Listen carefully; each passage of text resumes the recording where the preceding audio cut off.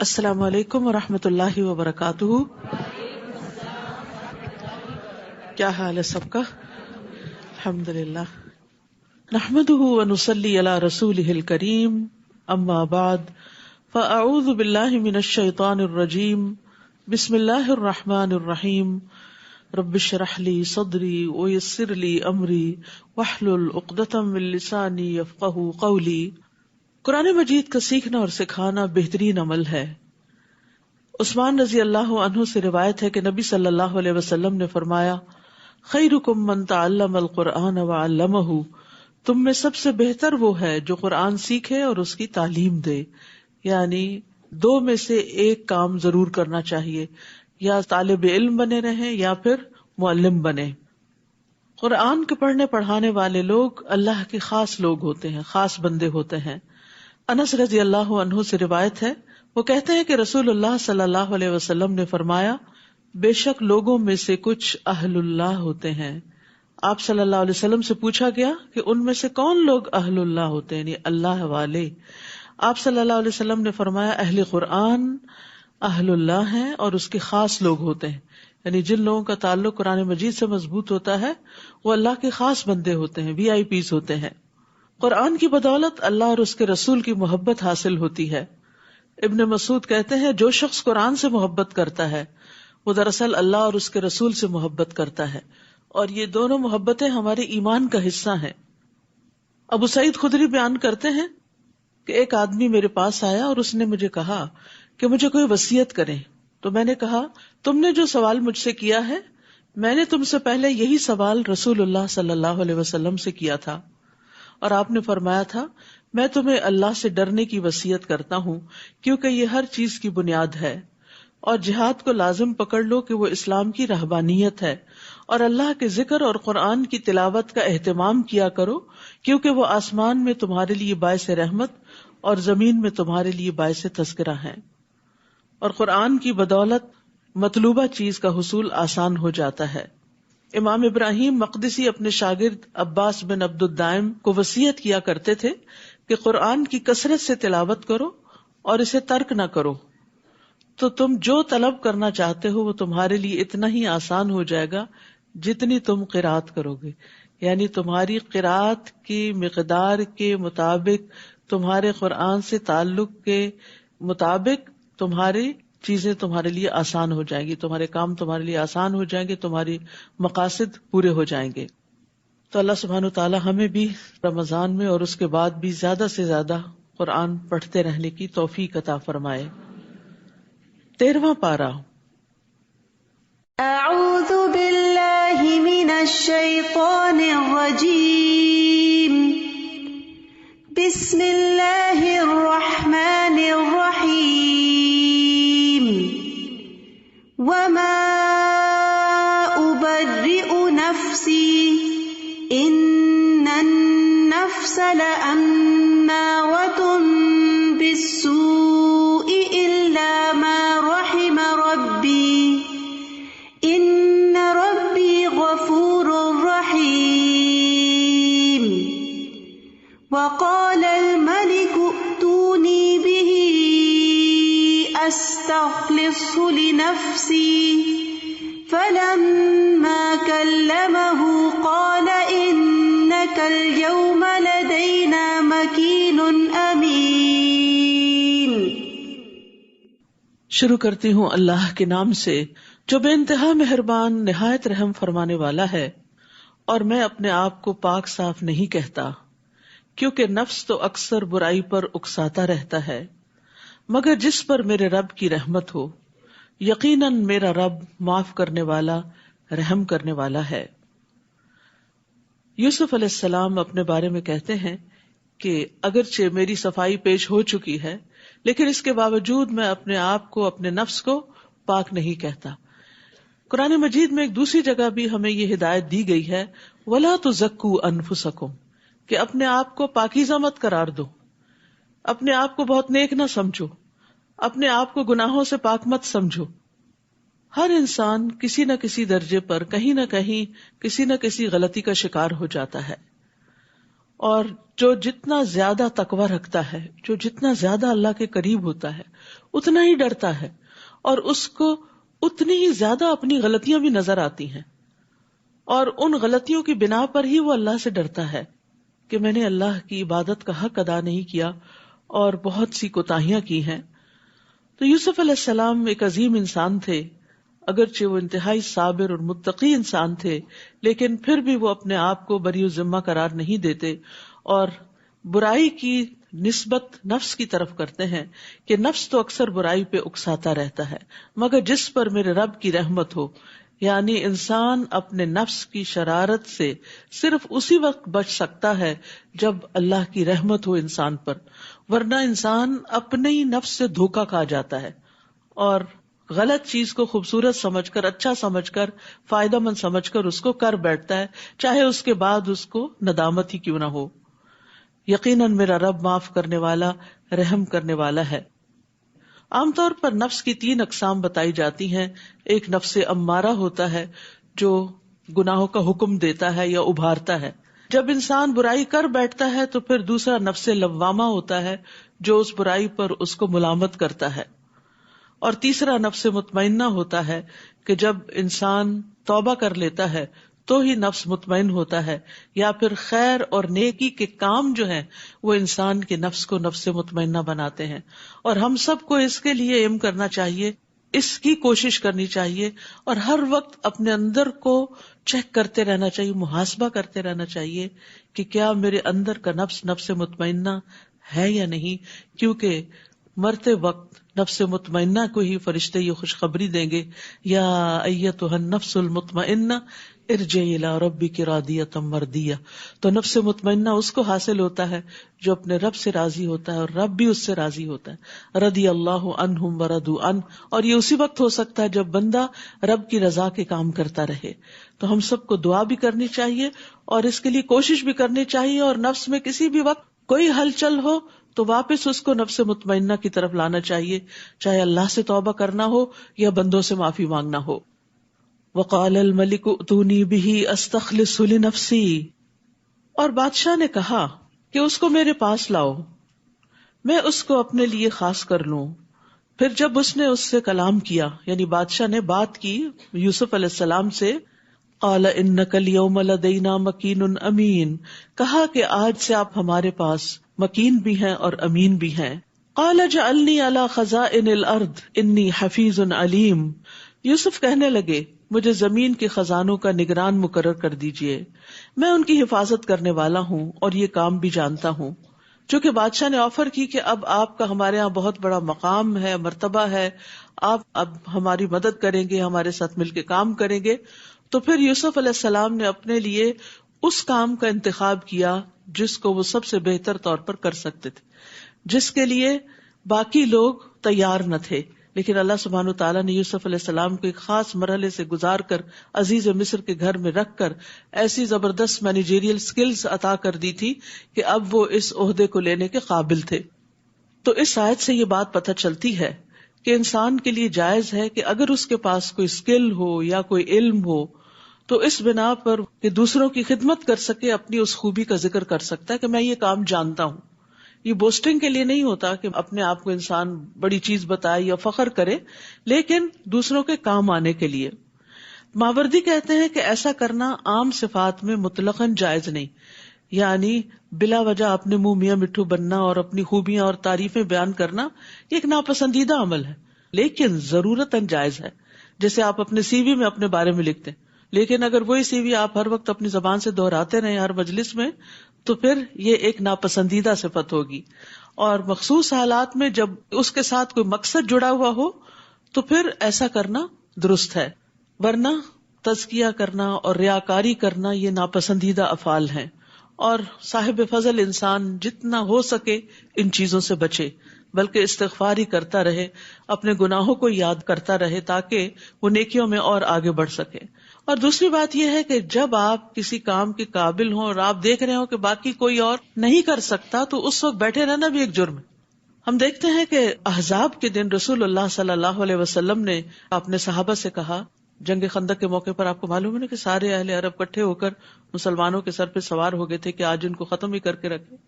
تو نبی صلی اللہ علیہ وسلم نے اپنے ساتھیوں میں اعلان کیا کہ ہمارے پاس کفار کی خبریں کون لائے گا, کہ اب ان کی پوزیشن کیا ہے. تو زبیر رضی اللہ عنہ نے کہا کہ میں لاتا ہوں. پھر آپ نے پوچھا, دوسری بار بھی زبیر رضی اللہ عنہ نے کہا کہ میں جاؤں گا. تیسری بار پوچھا, کیونکہ بہت سخت سردی کا موسم بھی تھا اور بہت خوفناک خطرناک حالات تھے, کوئی بھی جانے کی ہمت نہیں کر رہا تھا. تو زبیر رضی اللہ عنہ نے کہا کہ میں جاتا ہوں. اس پر آپ صلی اللہ علیہ وسلم نے فرمایا کہ بے شک ہر نبی کے حواری ہوتے ہیں اور میرے حواری زبیر ہیں, اور اس بنا پر ان کو جنت کی بھی بشارت دی گئی. اس طرح ہم نے یوسف کو اس سرزمین میں اقتدار عطا کیا. کہتے ہیں کہ وہی عہدہ جو عزیز مصر کے پاس تھا اب وہ ان کو مل گیا, یعنی جس کے غلام تھے اب وہ غلامی کی بجائے آقا کے منصب پہ آ گئے. وہ جہاں چاہتے رہتے تھے, یعنی اب بہت کچھ ان کے کنٹرول میں آ گیا تھا اور ساری مملکت میں ان کے بے پناہ اختیارات ہو گئے. ہم جسے چاہیں اپنی رحمت سے ایسے ہی نوازتے ہیں اور نیک لوگوں کا اجر ضائع نہیں کرتے. یہ نیکی کون سی نیکی تھی؟ یہ ان کا صبر تھا جو مشکل ترین حالات میں انہوں نے کیا. کنویں میں صبر کیا. جس قافلے نے ان کو باہر نکالا ان کے سامنے اپنی کہانی نہیں بیان کرنی شروع کی کہ میرے بھائیوں نے میرے ساتھ بہت برا کیا اور مجھے یہاں پھینک گئے ہیں, پلیز مجھے میرے گھر واپس پہنچاؤ, کچھ نہیں کہا. پھر غلامی میں صبر کیا, جیل میں صبر کیا, حرام کام پہ صبر کیا. ایک عورت نے برائی کی دعوت دی, اس دعوت کو قبول نہیں کیا, اس پر صبر کیا. تو جیسی جیسی ان کی آزمائشیں تھی ویسا ویسا صبر کرتے گئے. اور یاد رکھیے نبی صلی اللہ علیہ وسلم نے فرمایا جتنی مشقت ہوتی ہے اسی مقدار پر اللہ کی مدد آتی ہے. یعنی جتنے مشکل حالات سے آپ کو گزارا جاتا ہے اگر آپ صبر کریں تو اتنی مقدار میں اللہ کی مدد آپ کے پاس آئے گی. اور بے شک اللہ کی طرف سے صبر کی توفیق بھی اسی مقدار میں ملتی ہے جتنی بڑی آزمائش ہوتی. لیکن یہ کس کو ملتی ہے؟ من یتصبر یصبرہ اللہ, جو صبر کرنا چاہتا ہے اللہ تعالیٰ اس کو صبر عطا کر دیتا ہے. اور صبر کرنے کی وجہ سے ہی انسان کے اوپر سے آزمائش ٹلتی ہے اور پھر دن بدلتے ہیں, اچھے دن آتے ہیں.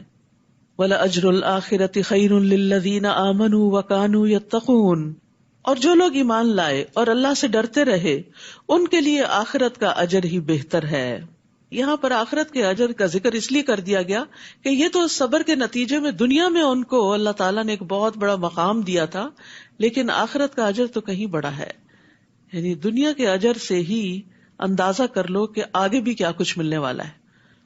کچھ عرصے بعد یوسف کے بھائی مصر آئے, کیونکہ اب مصر میں قحط آ گیا تھا, اور وہ قحط نہ صرف ہی کہ مصر بلکہ فلسطین, شام, آس پاس کے علاقوں میں بھی پہنچ گیا. اور یوسف علیہ السلام جس طرح غلے کو انہوں نے سنبھالا اور پھر جس طرح یہ تقسیم کر رہے تھے تو یہ خبریں کنعان تک جا پہنچی, ان کے بھائیوں تک جا پہنچی. انہیں تو نہیں پتا تھا کہ وہ کون ہے بادشاہ, لیکن ان کی تعریف ہر جگہ ہونے لگی. تو بھائی بھی سن کے کہ ہمیں یہاں سے غلہ مل سکتا ہے وہ یوسف کے پاس آئے اور یوسف کے پاس حاضر ہوئے. یوسف نے انہیں تو پہچان لیا مگر وہ انہیں پہچان نہ سکے. انہوں نے تو ان کو کنویں میں پھینک کے اپنا کام ختم کر لیا تھا. ان کے تو وہم و گمان میں بھی نہیں تھا کہ آج اس تخت پر جو بیٹھا ہے وہ ان کا بھائی ہی ہے. پھر جب یوسف نے ان کی واپسی کا سامان تیار کر دیا تو ان سے کہا, اب آؤ تو اپنے سوتیلے بھائی کو بھی میرے پاس لانا. تم دیکھتے نہیں کہ میں ناپ پورا دیتا ہوں اور ایک اچھا مہمان نواز ہوں. اب یہ بھی صبر کی ایک بات ہے کہ پہچان لیا اپنے بھائیوں کو, اور یہ بھی معلوم کر لیا کہ ایک بھائی پیچھے بھی ہے, کیونکہ بنیامین ساتھ نہیں تھے جو ان کے سگے بھائی تھے. تو اس لیے انہوں نے کہا کہ آئندہ اپنے دوسرے بھائی کو بھی لے کر آنا, اور تم دیکھ رہے ہو کہ میں تمہارے ساتھ کتنا احسان کا برتاؤ کر رہا ہوں. یہ بھی ان کی اپنی تعریف نہیں تھی بلکہ ان کو احساس دلانا تھا کہ یو آر ویلکم, ابھی بھی ہم نے تمہاری قدر کیا, آئندہ بھی کریں گے. چاہتے یہ تھے کہ بھائی پھر واپس آئیں, اور اگر تم اسے نہ لائے تو میرے پاس نہ تمہارے لیے غلہ ہے اور نہ ہی میرے پاس آنے کی کوشش کرنا. وہ کہنے لگے ہم اس کے والد کو اس کام پر آمادہ کریں گے اور یہ کام کر کے رہیں گے. اور یوسف نے اپنے خادموں سے کہا کہ ان کی پونجی یعنی ان کے جو پیسے انہوں نے دیے ہیں غلے کے, ان کی خرجیوں میں ہی رکھ دو, سامان میں ہی رکھ دو, تاکہ جب وہ اپنے گھروں میں پہنچے تو اسے پہچان لیں اور شاید اس طرح وہ جلد دوبارہ یہاں آئیں. پھر جب وہ اپنے باپ کے ہاں پہنچے تو کہنے لگے, ابا جان, آئندہ ہمیں غلہ دینے سے انکار کر دیا گیا ہے, لہٰذا ہمارے ساتھ ہمارے بھائی کو بھیج دے, اس طرح ہی ہمیں غلہ مل سکے گا. اور ہم یقیناً اس کی حفاظت کرنے والے ہیں، کیونکہ پہلے حفاظت نہیں کیے تھے یوسف علیہ السلام کی. تو انسان کے اندر جب گلٹ ہوتا ہے نا تو وہ پھر اس چیز کو بار بار دہراتا رہتا ہے. یعقوب نے کہا کیا میں تم پر ایسے ہی اعتبار کر لوں جیسے اس سے پیشتر اس کے بھائی کے بارے میں اعتبار کیا تھا؟ اللہ ہی بہتر محافظ ہے، نہیں مجھے تمہاری حفاظت پہ بھروسہ نہیں. فاللہ خیر حافظا وہو ارحم الراحمین، اور وہی سب سے زیادہ رحم کرنے والا ہے. یعنی یہ کلمات صرف یعقوب علیہ السلام کے لیے ہی نہیں تھے. جب کبھی آپ کو بھی کسی چیز کے کھو جانے کا، ضائع ہونے کا ڈر ہو تو اس وقت اسے اللہ کی حفاظت میں دے کے یہی جملہ دہرا دیں، فاللہ خیر حافظا وہو ارحم الراحمین. پھر جب انہوں نے اپنا سامان کھولا تو دیکھا کہ ان کی پونجی بھی انہیں واپس کر دی گئی ہے. تو وہ بہت خوش ہوئے اور کہنے لگے ابا جان ہمیں اور کیا چاہیے، ہماری تو پونجی بھی ہمیں واپس کر دی گئی ہے. اب ہم جلد ہی اپنے گھر والوں کے لیے رسد لائیں گے اور اپنے بھائی کی حفاظت کریں گے، اور ایک بار شتر یعنی اونٹ بھر غلہ اور زیادہ لائیں گے.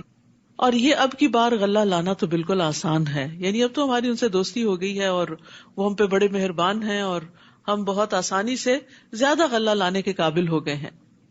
یعقوب نے کہا جب تک تم مجھے اللہ کے نام پر پختہ عہد نہ دو گے کہ ہم اسے یقیناً آپ کے پاس لائیں گے، تب تک میں کبھی اسے تمہارے ساتھ روانہ نہ کروں گا. اب ادھر ان کا مفاد اٹک گیا تھا اور ادھر یعقوب علیہ السلام کو اپنی ریزرویشن تھی. اللہ یہ کہ تم سب بھی کہیں گھیرے میں لے لیے جاؤ تو اور بات ہے. پھر جب انہوں نے اس طرح پختہ عہد دے دیا، پرومس کیا، تو یعقوب کہنے لگے جو کچھ ہم قول و قرار کر رہے ہیں اللہ اس پر ضامن ہے، یعنی میرے اور تمہارے درمیان نہیں، اس کا گواہ اللہ ہے. اور یہ ایک حقیقت ہے، یاد رکھیے جب بھی ہم کسی بندے سے کوئی معاہدہ کرتے ہیں، کوئی وعدہ کرتے ہیں، تو اللہ اس کو دیکھ رہا ہوتا ہے. تو اگر کوئی شخص اس سے پھرتا ہے تو پھر اللہ سبحانہ وتعالیٰ اس کو پکڑنے والا ہے. تو اس لیے لوگوں سے وعدے کر کے، چاہے چھوٹی چیز کا وعدہ ہو یا بڑی چیز کا، اس سے پھرنا نہیں چاہیے.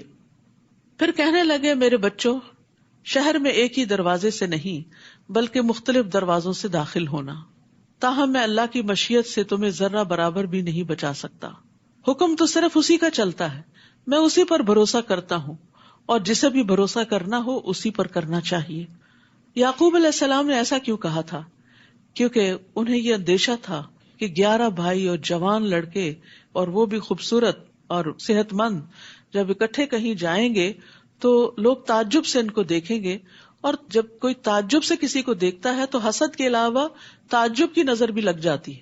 یعنی جب انسان کسی چیز کو واہ کہہ کے دیکھتے ہیں، واہ، یعنی حیران پریشان ہو جاتا ہے، تو بعض اوقات ایسی نظر بھی نقصان دیتی ہے. تو اس آیت سے علماء یہ کہتے ہیں کہ اس میں نظر بد سے بچنے کی دلیل ہے، اور نظر بد کا لگنا برحق ہے. یہ قرطبی نے کہا ہے. نبی صلی اللہ علیہ وسلم نے بھی فرمایا کہ نظر لگنا برحق ہے، اور آپ صلی اللہ علیہ وسلم نے یہ بھی فرمایا کہ نظر بد آدمی کو قبر میں اور اونٹ کو ہانڈی میں داخل کر دیتی ہے. ابو ذر سے یہ بھی روایت ہے کہ رسول اللہ صلی اللہ علیہ وسلم نے فرمایا بے شک نظر بد آدمی کو اللہ کے حکم سے دیوانہ کر دیتی. یعنی بعض اوقات کسی چیز پر، کسی بات پر ایسی کسی کی نظر لگتی ہے کہ انسان بالکل پاگلوں جیسی حرکتیں کرنے لگتا ہے. پھر اسی طرح چہرے کے کالے داغ دھبے یعنی فزیکل النیسز جو ہیں اس میں بھی نظر کا بعض اوقات دخل ہوتا ہے. ام سلمہ رضی اللہ عنہا سے مروی ہے کہ نبی صلی اللہ علیہ وسلم نے ان کے گھر میں ایک لڑکی دیکھی جس کے چہرے پر کالے دھبے پڑ گئے تھے. آپ نے فرمایا اس پر دم کرو کیونکہ اسے نظر بد لگ گئی ہے، یعنی اس وجہ سے اس کے چہرے پر یہ نشان پڑ گئے ہیں. آپ صلی اللہ علیہ وسلم نے یہ بھی فرمایا کہ اللہ کی قضاء و قدر کے بعد نظر بد ہی میری امت کے اکثر لوگوں کی موت کا باعث بنے گی. نظر بد ایک قسم کا تیر ہوتا ہے جو جس کے ساتھ حسد ہوتا ہے یا جس کی تعریف کی جا رہی ہوتی ہے اس کو جا کے لگتا ہے، اور اگر اس شخص نے اپنا بچاؤ نہ کر رکھا ہو، حفاظت کی دعائیں نہ پڑھ رکھی ہوں، اذکار نہ کر رکھے ہوں، تو کوئی پروٹیکشن نہیں ہوتی اور وہ تیر جا لگتا ہے انسان کو. تو اسی لیے ہمیں دعائیں، اذکار اور جو معوذتین ہیں ان کو پڑھنے کا خاص اہتمام کرنا چاہیے. معوذتین کو صبح شام 3 بار پڑھنے کا حکم ہے، اور ہر نماز کے بعد بھی پڑھنے کا حکم ہے. نبی صلی اللہ علیہ وسلم ان صورتوں کے اترنے سے پہلے انسانوں اور جنوں کی نظر بد سے پناہ مانگا کرتے تھے. جب معوذتین نازل ہوئی تو آپ نے ان کو پڑھنا شروع کر دی اور باقی چیزیں چھوڑ دی. تو اس سے یہ پتہ چلتا ہے کہ اگر باقی بہت لمبے چوڑے اذکار آپ نہیں بھی کر سکتے، کبھی آپ کی دیر سے آنکھ کھلتی، یاد رکھیے ان اذکار کے پڑھنے کا وقت سورج نکلنے سے پہلے اور سورج غروب ہونے سے پہلے ہے، یعنی مغرب کے بعد کا وقت نہیں ہے اور سورج نکلنے کے بعد کا وقت نہیں ہے، اس سے پہلے پہلے فجر کی نماز اور سورج نکلنے کے درمیان پڑھیں، عصر کی نماز اور سورج غروب ہونے کے درمیان میں پڑھیں. اور اگر کسی وجہ سے بہت مصروفیت یا وقت کی قلت یا تنگی کی وجہ سے انسان سارے اذکار نہیں بھی پڑھ سکتا تو معوذتین ضرور پڑھے، کیونکہ یہ ہر چیز سے کفایت کرنے والی ہیں.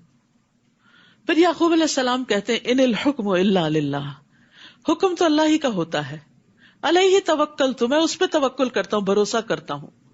وعلیہ فلیتوکل المتوکلون، اور توکل کرنے والوں کو اسی پر ہی توکل کرنا چاہیے. یعنی اسباب اختیار کرنے کے باوجود لازم ہے انسان کے لیے کہ بھروسہ اللہ کی ذات پہ کرے، نہ اپنی طاقت پہ اور ذہانت پہ اور نہ لوگوں پہ. اور وہ اپنے بچوں کو بھی اس بات کی تعلیم دے رہے تھے کہ وہ اسباب کے ساتھ ساتھ اللہ پر بھروسہ کریں، اور سب متوکلین کو اللہ ہی پر توکل کرنا چاہیے. بہرحال چنانچہ جس طرح ان کے باپ نے شہر میں داخل ہونے کا حکم دیا تھا ویسے وہ اس میں داخل ہوئے. اس کی یہ تدبیر اللہ کی مشیت کے مقابلے میں کچھ بھی کام نہ آئی. یہ تو محض یعقوب کے دل کا ارمان تھا جسے اس نے پورا کیا تھا. بے شک وہ ہماری دی ہوئی تعلیم کی وجہ سے صاحب علم تھا یعقوب علیہ السلام، مگر اکثر لوگ یہ حقیقت نہیں جانتے، ان کو ان باتوں کا علم بھی نہیں ہوتا. اب ہوا یہ کہ جس چیز سے وہ ڈر رہے تھے وہی ہوئی. کہا جاتا ہے کہ اپنے خیالات کو ہمیشہ پازیٹو رکھیں، کیونکہ جب آپ کی سوچیں منفی ہوتی ہیں تو ایک لا آف اٹریکشن ہوتا ہے کہ جس میں آپ جس طرح سوچتے ہیں چیزیں ویسے ہی ہونا شروع ہو جاتی ہیں. مثلاً آپ کسی انسان سے ملتے ہوئے ڈر رہے ہوتے ہیں کہ یہ مجھے کچھ کہہ نہ دے، اور اسی ڈری شکل کے ساتھ اسے جا کے ملتے اور واقعی پھر کہہ بھی دیتا ہے.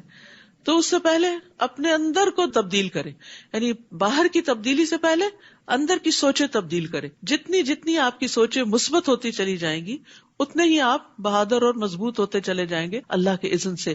اور یہ توکل کرنے سے اور اللہ کا سہارا پکڑنے سے ہی ہوتا ہے. یعنی مثبت سوچ صرف اس وقت ہو سکتی ہے انسان کی جب انسان اللہ کے بارے میں گمان اچھا رکھے کہ خیر ہوگی. فاللہ خیر حافظہ، حفاظت اللہ ہی کی ہے، اللہ ہی بچانے والا ہے. اچھا بعض اوقات یہ بھی ہوتا ہے آپ ساری پروٹیکشن کی دعائیں پڑھ لیتے ہیں، سارے اسباب اختیار کر لیتے ہیں، اس کے باوجود پھنس جاتے ہیں جہاں پھنسنا ہوتا ہے. پھر اب آپ کہتے ہیں کہ وہ میں نے جو پڑھا تھا اس کا کیا ہوا، ہم نے تو استخارہ کر کے شادی کی تھی، پھر یہ مشکل کیوں پیش آئی. نہیں، پھر بھی آ سکتی. اب یہاں آپ دیکھیں سب کچھ انتظامات ہو رہے ہیں، لیکن یعقوب علیہ السلام کو ایک اور صدمہ دیکھنا پڑا. لیکن یہ وقتی تھا، اس میں کوئی حکمت تھی، اور یہ وقت گزر گیا اور آگے آپ دیکھیے کتنی بڑی بڑی ترقیاں ہوئی. تو چاہے شادی کا استخارہ کر کے آپ شادی کریں، پھر اگر کچھ مشکلات پیش آ جائیں تو بعض اوقات اللہ تعالیٰ آپ کو ان مشکلات سے گزار کے مضبوط کرتا ہے. کچھ چیزیں آپ نے کتابوں میں نہیں سیکھی ہوتی، وہ آپ کو بندے سکھاتے ہیں. کچھ ایسے بندے زندگی میں مل جاتے ہیں جو آپ پہ بڑے مہربان ہوتے ہیں، محبتیں ان کی آپ کو بہت کچھ سکھا جاتی ہیں. لیکن کچھ بڑے مشکل لوگ بھی زندگی میں آ جاتے ہیں جن کے تلخ رویے آپ کو بہت کچھ سکھا جاتے ہیں اور بہت بہادر کر دیتے ہیں. اور پھر دل اللہ کے ہاتھ میں معلوم نہیں کب بدل جائے، اس کے بعد اچھے حالات بھی آ جاتے ہیں. تو کبھی استخارے کو بلیم نہ کریں اور کبھی اذکار کو بلیم نہ کریں کہ کوئی فائدہ نہیں دعائیں کرنے کا کیونکہ وہی ہو گیا. پھر نہیں، اس میں بھی خیر ہے. اگر حالات آپ کی توقع کے خلاف ہو گئے تو اس میں بھی خیر تھی. ایک خیر وہ ہوتی ہے جس کو آپ خیر دیکھتے ہیں، عسیٰ ان تکرہوا شیئا، اور ہو سکتا ہے ایک چیز کو تم ناپسند کرو کہ یہ نہیں اچھا ہوا، وہو خیر لکم، اور وہی تمہارے حق میں اچھی. وعسیٰ ان تحبوا شیئا وہو شر لکم، ہو سکتا ہے ایک چیز تمہیں بڑی پسند ہو کہ یہ اچھی ہے اور اسی میں شر ہو. تو ہم نے خیر اور شر کو اپنے حساب سے بنا رکھا ہے. ہماری نظریں جس چیز کو خیر دیکھتی ہیں بس اس کو ہی ہم خیر سمجھتے ہیں، اور جو تکلیف دہ حالات زندگی میں آ جاتے ہیں اس کو ہم اپنے لیے خیر نہیں سمجھتے. حدیث میں آتا ہے مومن کے ہر حال میں خیر ہوتی ہے. اس کو نعمت پہنچتی ہے وہ شکر ادا کرتا ہے، اور اس کو تکلیف پہنچتی ہے تو وہ صبر کرتا ہے، اور یہ چیز اس کے حق میں بہتر ہوتی ہے. تو اس لیے ہر حال میں اللہ کی رضا پہ راضی رہیں اور اچھے دنوں کا انتظار کرتے رہیں کہ یہ وقت بھی گزر جائے گا. This shall to pass. اب قافلہ آ جاتا ہے مصر. جب یہ لوگ یوسف کے پاس آئے تو یوسف نے اپنے بھائی کو اپنے ہاں جگہ دی، بنیامین کو. دو سب کو رکھا، بنیامین اکیلے رہ گئے. تو پھر چپ کے ان سے ملاقات کی اور سب حالات لیے دیے، اور اسے بتا دیا کہ میں ہی تیرا بھائی یوسف ہوں، لہٰذا تم اب ان باتوں کا غم نہ کرو جو یہ کرتے رہے ہیں. یہ ہوتا ہے معاف کرنا. عام طور پر ہم معاف کرنے کی بات تو کرتے ہیں لیکن ہم صرف الفاظ ادا کرتے ہیں. میں نے معاف کیا، میں نے سب کو معاف کیا، اور رنج غم تکلیف دل سے نکالتے ہی نہیں ہے. تو آپ دیکھیے اتنا برا ہاتھ لگ چکا تھا ان کو بھائیوں سے، اور پھر بنیامین نے لازماً بتایا ہوگا کہ آپ کے بعد مجھ پہ کیا کچھ بیتی ہے، کیونکہ ستیلے بھائی جو تھے اور سب سے چھوٹے بھی تھے. وہ کہتے ہیں نا سگ باش برادر خرد نہ باش، کہ چھوٹا بھائی بننا جو ہوتا ہے وہ بڑا ایک تکلیف دہ عمل ہوتا ہے. تو معلوم نہیں کس کس قسم کے مسائل سے، ان مسائل کا یہاں کوئی ذکر نہیں، لیکن یوسف علیہ السلام کا یہ جملہ بتا رہا ہے فلا تبتئس بما کانوا یعملون، جسٹ اگنور دیم، اعراض برتو، ان باتوں کا غم نہ کرو جو یہ کرتے رہے. کتنا اچھا مشورہ، کتنی زبردست کاؤنسلنگ ہے. ان باتوں کو چھوڑ دو، بلا دو ان کو، اور اسی میں خیر ہوتی ہے. کیونکہ جب انسان ان چیزوں کو بلاتا نہیں ہے تو اپنی ہی صحت پر اثر پڑتا ہے. جان ہاپکنس کی ایک کیرن ہے، انہوں نے کچھ ریسرچز کی تھی، تو وہ کہتے ہیں کہ دکھی اور مایوس ہونے سے انسان کا جسم بوجھل رہتا ہے، اور دکھ اور مایوسی کی وجہ سے ڈپریشن، دل کے امراض، ڈائبٹیز، بلڈ پریشر، انگزائٹی اور تناؤ جیسے امراض کا خطرہ بڑھ جاتا ہے. جبکہ معاف کرنے سے انسان پرسکون رہتا ہے اور صحت مند زندگی کا ضامن ہے. ان کے خیال میں معاف کرنا صرف الفاظ کہنا نہیں، بلکہ یہ ایک اصلاحی عمل ہے جس میں انسان ایک شعوری فیصلہ کرتا ہے کہ اسے دوسرے کو معاف کرنا ہے. یعنی ایک پراپر ڈیسیژن بناتا ہے کہ میں نے اس چیز کو نکال دینا اپنے دل سے، اور یہ منفی سوچیں دل سے نکالی. معاف کرنا کیا ہے؟ نیگیٹو تھنکنگ اپنے اندر سے نکال باہر پھینکنا. جیسے ہی آپ اپنے اندر سے غصہ، نفرت اور دشمنی نکالتے ہیں، آپ کے دل میں دوسرے کے لیے ہمدردی، محبت اور پیار کے جذبات جنم لینے لگتے ہیں، اور آپ کے دل بھی نرم ہو جاتے ہیں، خاص طور پر اس کے بارے میں جس نے آپ کو اذیت دی ہوتی. اور ایک کہاوت ہے کہ معاف کرنے سے ماضی تو نہیں بدلتا مگر مستقبل خوبصورت ہو جاتا ہے. تو اپنے ہی خوبصورت مستقبل کے لیے انسان اپنی منفی سوچوں کو، جن کو ہر وقت وہ اندر پروسیس کرتا رہتا ہے، ان کو نکال باہر کرے اور اس کی جگہ بہتر چیز ذہن میں لائے. اس کے لیے بہت ضروری ہوتا ہے کہ اچھی سوچ انسان کے اندر ہے. یہی وجہ ہے کہ قرآن شفا ہے دلوں کے اندر جو بیماریاں ہیں، کیونکہ قرآن انسان کی سوچ بدل دیتا ہے، نفع اور نقصان کے پیمانے اور معیار بدلتا ہے. کہ دنیا میں اگر کچھ نہیں ملا تو سو واٹ، مچھر کے پر برابر بھی نہیں. اگر وہ مچھر کا پر تمہیں نہیں ملا تو کیا نقصان ہو گیا؟ کبھی مچھر مر جاتا ہے اور اس کا پر گر جاتا ہے تو آپ اس کے پیچھے تھوڑی بھاگتے ہیں.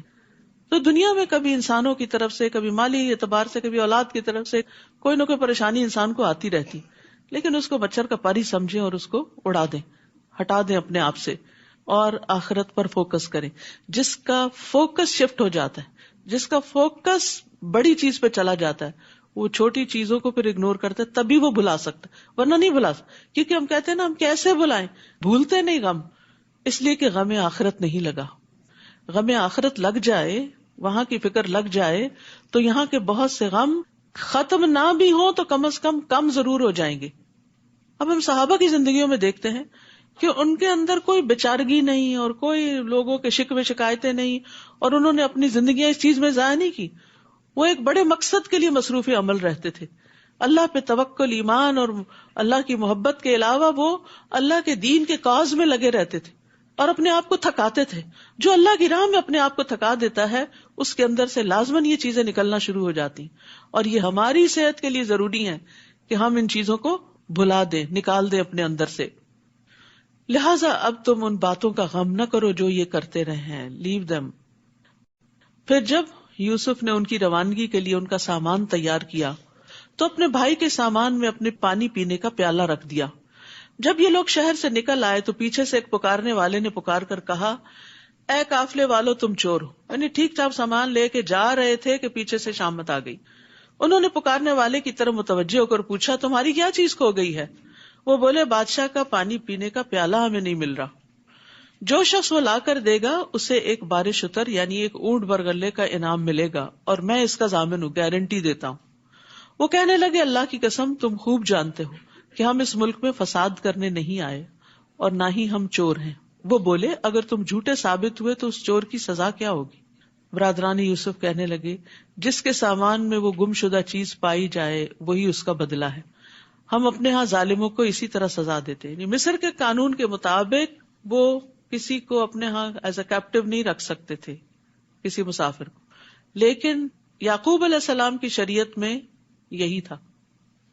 تو اب اسی کو بنیاد بنا کر یہ فیصلہ کیا گیا کہ اگر چور نکل آیا کوئی تو پھر اس کو آپ رکھ سکتے ہیں.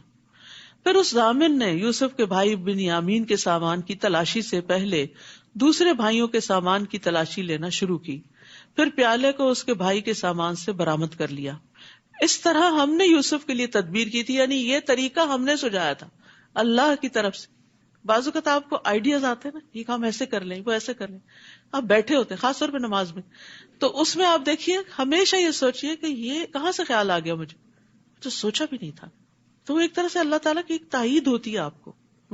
اور جو برے برے خیال آتے ہیں وہ شیطان کی طرف سے ہوتے ہیں، وہ وسوسے جو ہوتے ہیں وہ پریشان کرتا ہے آپ کو. یوسف کے لیے مناسب نہ تھا کہ شاہ مصر کے قانون چوری کے مطابق اپنے بھائی کو اپنے پاس رکھ سکے، الا یہ کہ ہم جس کے چاہیں درجات بلند کر دیتے ہیں، اور ایک علیم ہستی ایسی ہے جو ہر صاحب علم سے بالا تر ہے. ہر علم والے کے اوپر ایک اور علم والا ہوتا ہے، یعنی انسانوں میں سے بھی. یہ کس لیے بات کی گئی؟ تاکہ کوئی اپنے آپ کو سب سے بڑا عالم نہ سمجھے کہ میں نابغہ روزگار ہوں اور سب سے زیادہ تو علم میرے ہی پاس ہے، اس تکبر میں مبتلا نہ ہو. اور دوسرا معنی اس کا یہ ہے کہ جتنے بھی دنیا میں بڑے بڑے علم والے ہیں ان سب کے اوپر اللہ کا علم محیط ہے، سب سے بڑا علم والا اللہ ہی ہے. اور یاد رکھیے کسی کو بھی علم دینا، چاہے تھوڑا علم ہو یا زیادہ ہو، یہ اللہ کی بندے سے محبت کی علامت ہوتی ہے. دنیا تو اللہ تعالیٰ سب کو دیتا ہے، کوئی مسلم ہو یا نہ ہو، لیکن دین کا علم صرف اس کو دیتا ہے جس سے اللہ تعالیٰ محبت کرتا ہے. تو اس لیے اس پر بھی ہمیں شکر ادا کرنا چاہیے. اور پھر یہ کہ صرف علم نہیں بلکہ اس کا فہم بھی، اس کی سمجھ بھی.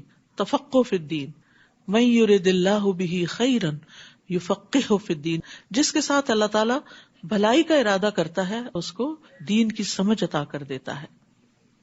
برادران یوسف کہنے لگے اگر اس نے چوری کی ہے تو اس سے پیشتر اس کا بھائی یوسف بھی چوری کر چکا ہے، ابھی نہیں چھوڑا ان کو. یعنی جب آپ کسی سے حسد کرتے ہیں نا تو پھر کوئی موقع نہیں جانے دیتے اس کو گرانے کا، بدنام کرنے کا. کہیں نہ کہیں پھر آپ کے منہ سے کچھ نہ کچھ نکل آتا. تو آپ نہیں دیکھ رہے کہ کہاں کھڑے ہیں، سال ہا سال گزر چکے ہیں یوسف کو تمہارے ہاتھ سے گئے ہوئے، لیکن ابھی بھی تم اس کو معاف نہیں کر رہے. یوسف نے ان کے اس الزام کو دل میں چھپائے رکھا اور ان پہ کچھ ظاہر نہیں کیا. سبحان اللہ. یہ ہوتا ہے صبر. بڑی بڑی باتیں دل میں اس طرح رکھنا کہ کسی کو شائبہ بھی نہ گزرے، شک بھی نہ گزرے. تو جو شیلو لوگ ہوتے ہیں نا ان کے اندر کوئی بات ٹکتی نہیں، ادھر سے سنی ادھر نکالی، اور اس سے بڑے فسادات پیدا ہوتے ہیں. بہت سی خرابیاں، آپس میں لوگوں کی لڑائیاں اور کئی قسم کے مسائل پیدا ہوتے ہیں. بعض لوگ خوشی کی خبر کو نہیں سنبھال سکتے اور بڑھ چڑھ کر اس کا اظہار کرتے ہیں، کیا ہوتا ہے پھر نظر لگ جاتی. بعض لوگ غم کی خبر کو، بعض کا دکھ کی خبر کو، کسی کی طرف سے پہنچنے والی اذیت کو، اور اب تو ماشاءاللہ اپنے کلوز سرکل میں کیا اور اپنے خاندان میں کیا، اب تو پوری دنیا کے ساتھ ہم شیئر کرتے ہیں. ہر تھوڑی دیر بعد فیس بک کا سٹیٹس چینج کر رہے ہوتے ہیں، ہر وقت اپنے دل پہ کیا گزر رہی ہے، گھر میں کیا ہو رہا ہے، کیا کھا رہے ہیں، کیا پی رہے ہیں، کیا پہن رہے ہیں، کیا خرید رہے ہیں، کہاں جا رہے ہیں. یعنی مجھے تو بعض اوقات ایک سکنس جیسی لگتی ہے اور کوئی مقصد سمجھ نہیں آتا کہ یہ ساری باتیں، اس میں کوئی علم نافع نہیں. کسی کے علم اور تجربے میں کوئی اضافہ نہیں ہوگا، بلکہ اس سے نقصان ہی ہوئے ہیں کہ جن لوگوں کو وہ سب کچھ میسر نہیں ہوتا وہ پھر اپنے آپ کو ان سے کمپیئر کر کر کے حسرتوں کا شکار ہوتے ہیں، اور اس سے غم اور دکھ اور زیادہ بڑھتے ہیں. تو نعمتوں کو بلا ضرورت لوگوں کے سامنے نہیں رکھنا چاہیے. حدیث میں آتا ہے کل ذی نعمت محسود، ہر صاحب نعمت حسد کیا جاتا ہے.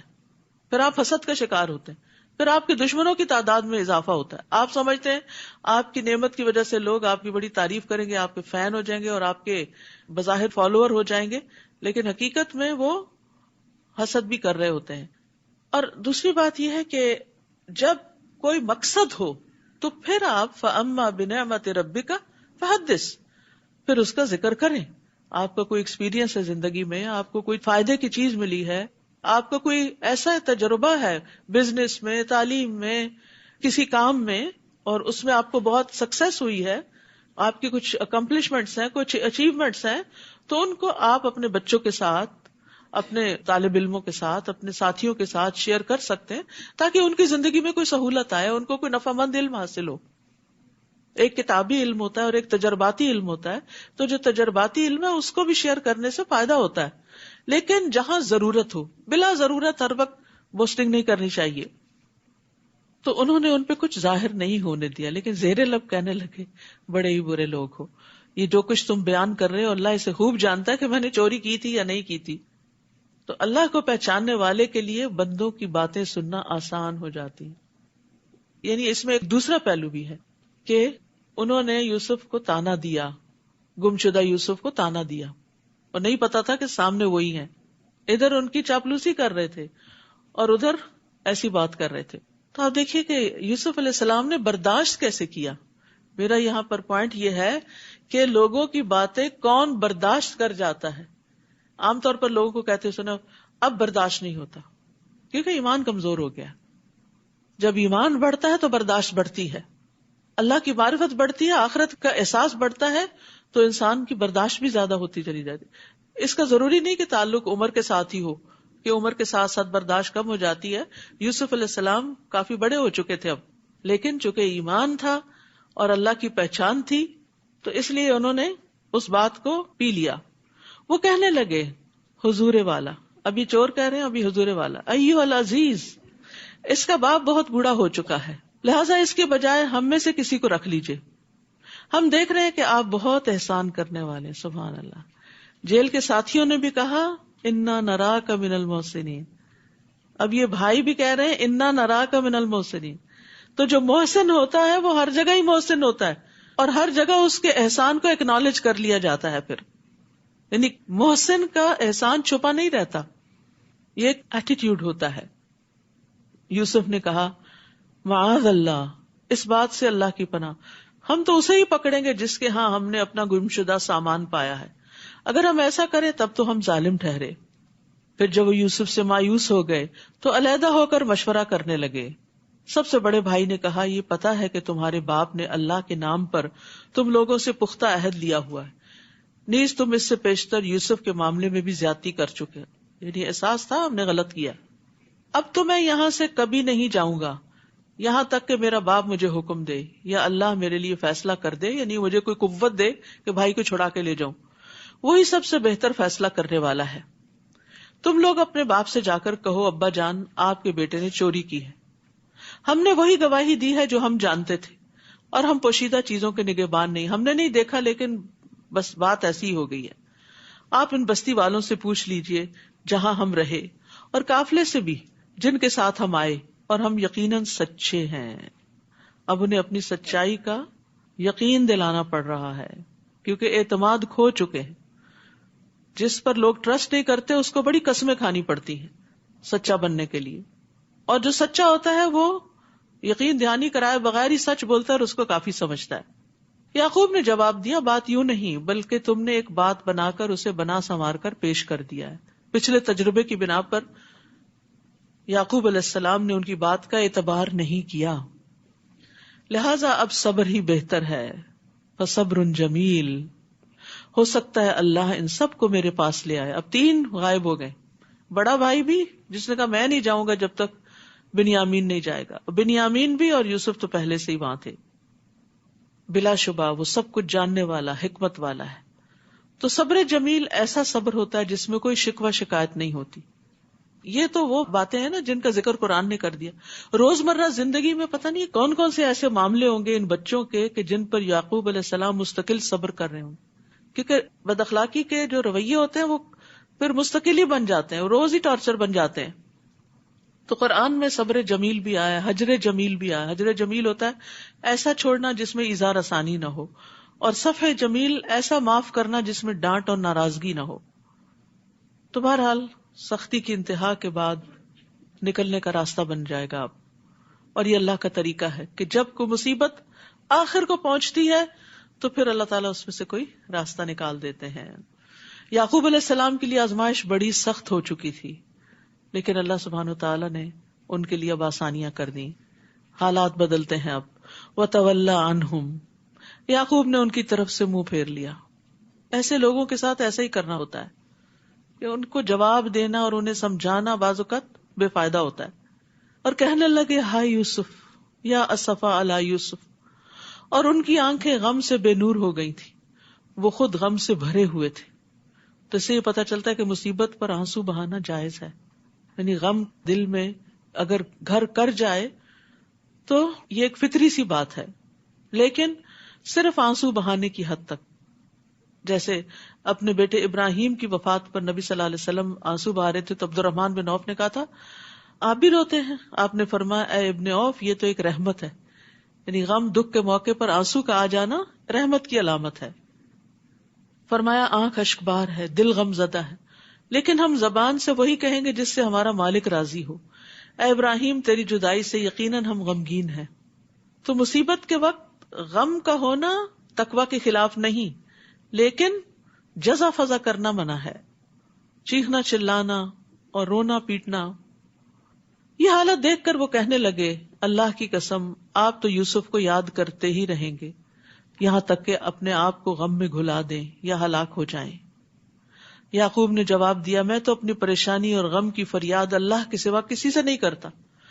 انما اشکو بثی وحزنی الی اللہ واعلم من اللہ ما لا تعلمون، اور میں اللہ سے کچھ ایسی چیزیں جانتا ہوں جنہیں تم نہیں جانتے. بث فا کے ساتھ شدید غم کو کہتے ہیں، معمولی غم نہیں، بہت شدید غم.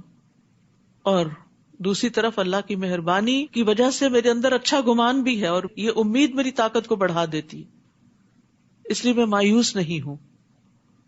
یہ جو انما اشکو بثی وحزنی ہے، حضرت عمر رضی اللہ عنہ بعض اوقات نماز میں یہ سورت پڑھتے اور ان آیات پر اتنی ہچکیاں لینے لگتے کہ تیسری چوتھی صف میں بھی پیچھے لوگ ان کی آواز سنتے تھے رونے کی. تو بندہ نماز میں کھڑے ہو کے اگر روتا ہے، کوئی غم یاد آ جاتا ہے اس کو اور اپنے رب کے سامنے فریاد کرتا ہے تو کوئی حرج نہیں، جب تک کہ زبان سے کوئی ایسی بات نہ نکلے. اے میرے بیٹو، جاؤ اور یوسف اور اس کے بھائی کی تلاش کی سر توڑ کوشش کرو اور اللہ کی رحمت سے نا امید نہ ہونا، کیونکہ اللہ کی رحمت سے نا امید تو کافر لوگ ہی ہوا کرتے ہیں اور مایوسی کفر ہے. ایک آدمی نے کہا اللہ کے رسول کبیرہ گناہ کون سے ہیں؟ آپ نے فرمایا اللہ کے ساتھ شرک کرنا، اللہ کے رزق سے نا امید ہونا اور اللہ کی رحمت سے مایوس ہونا. تو کبھی بھی حالات کتنے بھی تنگ ہوں مایوس نہ ہو، آپ پازیٹیو رہیں کہ ایک وقت آئے گا کہ اللہ تعالیٰ اس کو تبدیل کر دے گا. یوسف علیہ السلام نے ان سے پوچھا پتا ہے تم نے یوسف اور اس کے بھائی کے ساتھ کیا سلوک کیا تھا جبکہ تم نادان تھے؟ بینیفٹ آف ڈاؤٹ، تمہیں سمجھ نہیں تھی. جان کے دشمن سامنے کھڑے ہیں، حاسد سامنے کھڑے ہیں اور ان کے ساتھ بھی اچھی طرح بات کر رہے ہیں. تم نادان تھے اس لیے تم نے یہ کر لیا. ہم دوسرے کو یہ بینیفٹ نہیں دیتے کہ یہ نا سمجھ ہے، اس کو دین کا علم نہیں، اس کے اندر اللہ کا خوف نہیں ہے، اس کی اپنی مجبوریاں ہیں، اس لیے اگر یہ کرتا ہے تو اگنور کرو اس کو. یہ طریقہ ہمیں نہیں آتا. ہم اس وقت پوری عقل کی بات اس سے چاہتے ہیں جو نادان شخص ہوتا ہے. یاد رکھیے نادانی اور جہالت صرف یہ نہیں ہوتی کہ پڑھا لکھا نہ ہو انسان، بعض پڑھے لکھے بھی بڑے ناسمجھ ہوتے ہیں، معاملہ کرنا ان کو نہیں آتا ہوتا. تو زندگی میں ایسے رویوں کا جب سامنا کرنا پڑے، ایسی باتیں سننی پڑے تو یہی سوچا کریں کہ نہ سمجھ آئیے، اگر اس کو سمجھ ہوتی تو یہ بات منہ سے نہ نکالتا. تو اس سے انسان کے اپنے اندر پھر وہ تکلیف کا لیول نہیں بڑھتا. نبی صلی اللہ علیہ وسلم نے فرمایا سختی، اکھڑ پن جس چیز میں ہوگا اسے بدنما کر دے گا، اور بے شک اللہ بہت نرم خو ہے، نرمی کو پسند کرتا ہے. تو لوگوں کے تلخ رویوں کے مقابلے میں نرمی اختیار کرنی چاہیے، اور نرمی پہ اللہ تعالیٰ اتنا عطا کرتا ہے جو سختی پر عطا نہیں کرتا. وہ چونک کے بولے کیا تم ہی یوسف ہو؟ یوسف نے کہا ہاں میں ہی یوسف ہوں اور یہ میرا بھائی ہے بنیامین. اللہ نے ہم پر بہت بڑا احسان فرمایا ہے. قد من اللہ علینا انہ من یتق ویصبر فان اللہ لا یضیع اجر المحسنین. کیونکہ جو اس سے ڈرتا ہے اور صبر کرتا ہے، تقوی اور صبر کامیابی کی کنجیاں، تو اللہ نیکی کرنے والوں کا اجر ضائع نہیں کرتا. یہ ہے تقوی اور صبر کے ثمرات. سبحان اللہ. تو یوسف علیہ السلام کے اندر 3 کوالٹیز بڑی نمایاں ہیں. اللہ کا ڈر جس نے انہیں ہر جگہ غلط قدم اٹھانے سے بچایا. صبر، مشکل سے مشکل حالات میں کوئی شکوہ شکایت نہیں، اللہ کی اطاعت پہ قائم رہے. اور تیسرے احسان، نیکی کے درجے پہ قائم رہے. یہی چیزیں ہمیں اپنی زندگی میں اختیار کر لینی چاہیے. وہ کہنے لگے اللہ نے آپ کو ہم پر فضیلت بخشی ہے اور ہم ہی خطا کار تھے. یوسف نے کہا آج تم پر کوئی گرفت نہیں، اللہ تمہیں معاف کر دے، وہ سب سے بڑھ کر رحم فرمانے والا ہے. لا تسریب، کیا مطلب ہے؟ آج کے بعد تم پہ نہ کوئی آر ہوگی نہ کوئی تانو تشنی. ایک ہوتا ہے معاف کر کے کہنا میں نے معاف کیا، پھر جب وہ پرانا قصہ دہرایا گیا تو پھر دو چار سنا دی. یہ معاف کرنا نہیں ہوتا. لا تسریب کا مطلب یہ ہے کہ میں آج کے بعد اس بات کو دہراؤں گا بھی نہیں، مینشن بھی نہیں کروں گا کہ تم نے میرے ساتھ یہ کیا تھا، تمہارے اس جرم کا ذکر ہی نہیں کروں گا. لا تسریب علیکم اليوم. اور یہی بات تھی جو نبی صلی اللہ علیہ وسلم نے مکہ والوں سے کہی تھی جب مکہ فتح کر لیا تھا، جب آپ فاتح تھے، جب آپ انتقام لے سکتے تھے، تو آپ نے فرمایا لا تسریب علیکم اليوم. خطا کاروں سے درگزر کرنا انبیاء کی صفت ہے، اور اس معاملے میں بھی ہمیں ان کی پیروی کرنی چاہیے، اور درگزر کرنے سے عزت میں ہی اضافہ ہوتا ہے. رسول اللہ صلی اللہ علیہ وسلم نے فرمایا فاعفوا یعزکم اللہ، درگزر کیا کرو اللہ تمہیں عزت عطا کرے گا. اب یوسف علیہ السلام بھائیوں سے کہتے ہیں یہ میری قمیص لے جاؤ اور اسے میرے والد کے چہرے پہ ڈال دینا، وہ بینا ہو جائیں گے. قمیص دیکھ کے ہی غم کا آغاز ہوا تھا، قمیص پہ جو جھوٹ موٹ کا خون تھا، اور قمیص ہی اس بیماری کا علاج بن گئی. کہتے ہیں نا زہر کو زہر مارتا ہے، بعض اوقات اسی چیز کے اندر ہی انسان کا فائدہ بھی ہوتا ہے جس سے انسان کو نقصان پہنچا. یاد رکھیے کہ ہم جب کسی انسان سے کبھی کوئی تکلیف اٹھاتے ہیں تو ہم اس کی خیر سے بالکل مایوس ہو جاتے ہیں، معاف نہیں کرتے. نتیجہ کیا ہوتا ہے کہ اس کی خوبیاں جو ہوتی ہیں وہ بھی ہمارے لیے خرابیاں بن جاتی ہیں. لیکن اگر آپ درگزر سے کام لیں، اپنے ہی بچے کو، اپنی بہو کو، اپنے بہن بھائی کو معاف کر دیں، کل کسی مصیبت کے وقت وہ اس طرح آپ کے کام آتا ہے کہ کوئی اور نہیں آتا، وہی آپ کا مددگار بن جاتا ہے. اور یہ معاف کرنے کے فوائد میں سے ہے. اور انہیں لے کر تم سب اہل و عیال سمیت میرے پاس آ جاؤ. جب یہ قافلہ مصر سے روانہ ہوا تو اس وقت ان کے باپ یعقوب نے کہا اگر تم مجھے یہ نہ کہو کہ بوڑھا سٹھیا گیا ہے تو میں یوسف کی خوشبو محسوس کر رہا ہوں. یہ بھی اللہ کے اذن سے تھا. یوسف چند میل دور کنویں میں تھے، خوشبو نہیں آئی، اللہ کا اذن نہیں تھا. اور ابھی قافلہ مصر سے نکلا ہی ہے تو یہاں خوشبو آ رہی ہے. ہم سب کے ایسے ایکسپیرینس ہوتے ہیں، یہ سب بھی اللہ کے اذن سے ہوتا ہے، کسی انسان کا کمال نہیں ہوتا. کبھی آپ کو مسئلہ پیش آنے والا ہوتا ہے، پہلے سے آپ سینس کر لیتے ہیں یہ ہونے لگا ہے. تو یہ نہ سمجھے کہ میں بڑا ولی اللہ ہوں کہ میرے ساتھ یہ ہو رہا ہے. اللہ چاہے تو کسی چیز کو آپ کو خواب میں دکھا دے، پہلے سے ہی محسوس کرا دے، اندازہ کروا دے، اور چاہے تو آپ کی آنکھوں کے سامنے پڑی چیز آپ کو نظر نہ آئے. اور یہ ہم سب کے ساتھ ہوتا ہے. وہ کہنے لگے اللہ کی قسم آپ تو اسی پرانی محبت کے خبط میں پڑے ہوئے ہیں. پھر جب خوشخبری لانے والا آ گیا اس نے قمیص یعقوب کے چہرے پہ ڈالی، فوراً بینا ہو گئے. کہنے لگے میں نے تم سے کہا نہ تھا کہ میں اللہ سے وہ کچھ جانتا ہوں جو تم نہیں جانتے. وہ کہنے لگے ابا جان ہمارے لیے ہمارے گناہوں کی معافی مانگیے، واقعی ہم خطا کار تھے، وی ور رانگ. تو توبہ استغفار کے لیے بڑا ضروری ہوتا ہے کہ انسان کہ میری غلطی تھی، لا الہ الا انت سبحانک انی کنت من الظالمین، میں نے غلطی کی تو مجھے معاف کر دے. یعقوب نے کہا میں ان قریب اپنے رب سے تمہارے لیے معافی مانگوں گا، رات کے پچھلے پہر، کیونکہ وہ بالاسحار ہم یستغفرون، سحری کے وقت وہ استغفار کرتے ہیں. آ رہے ہیں سحری کے دن، ٹھیک ہے، تو استغفار کرنا نہ بھولیں اس وقت، کیونکہ اس وقت کی استغفار خاص طور پہ قبول ہوتی ہے. میں اپنے رب سے تمہارے لیے معافی مانگوں گا، وہ یقیناً معاف کر دینے والا اور رحم کرنے والا ہے. یعقوب علیہ السلام نے بھی معاف کر دیا، یوسف علیہ السلام نے بھی کر دیا. یہ پیغمبر تو اللہ کو پتا تھا نا کہ ان کے اندر یہ قابلیت ہے، ان کو اس لیے چنا، دوسرے بھائیوں کو کیوں نہیں پیغمبر بنا دیا. اللہ زیادہ جانتا ہے کہ اپنی رسالت کہاں رکھے. پھر جب یہ لوگ یوسف کے پاس پہنچے تو انہوں نے اپنے والدین کو اپنے پاس بٹھایا اور کنبے والوں سے کہا شہر میں چلو، انشاءاللہ امن اور چین سے یہاں رہو گے. اور یوسف نے اپنے والدین کو اٹھا کر اپنے ساتھ تخت پر بٹھایا اور اس کے بھائی یوسف کے آگے سجدے میں گر گئے. یہ سجدہ تعظیمی تھا جو ان کے لیے جائز تھا، اب ہمارے لیے جائز نہیں. حتیٰ کہ ملتے وقت کسی کے آگے یوں ساری کمر نہیں جھکانی چاہیے، ہمارے دین میں یہ بھی منع ہے. ہاتھ ملائیں، مسکرائیں، سلام بولیں، لیکن جھک کے اور نیچے ہو کے سلام نہیں کریں. یوسف نے کہا ابا جان یہ ہے میرے اس خواب کی تعبیر جو میں نے بہت پہلے دیکھا تھا. خواب ہی سے بات شروع ہوئی تھی اور یہاں آ کے تعبیر ملی سال ہا سال کے بعد. اللہ نے اس کو حقیقت بنا دیا. اس نے اس وقت بھی مجھ پر احسان کیا جب مجھے قید خانے سے نکالا، اور اس وقت بھی جب آپ سب کو دیہات سے میرے ہاں لایا. کہاں کنعان کا ایک گاؤں اور کہاں مصر کی ترقی یافتہ مملکت. حالانکہ شیطان میرے اور میرے بھائیوں کے درمیان فتنہ کھڑا کر چکا تھا. کبھی نفس کو بلیم کرتے، کبھی شیطان کو کرتے ہیں، انسانوں کو نہیں کرتے، بھائیوں کو نہیں کرتے. بلا شبہ میرا رب غیر محسوس تدبیروں سے اپنی مشیت پوری کرتا ہے. جو اس کا ارادہ ہوتا ہے وہ پورا کرتا ہے. بندے کو سمجھ نہیں آ رہی ہوتی، جب ڈاٹس مل جاتے ہیں تو پھر سمجھ آتی ہے اچھا یہ پکچر بن رہی تھی، کیونکہ وہ سب کچھ جاننے والا، حکمت والا ہے.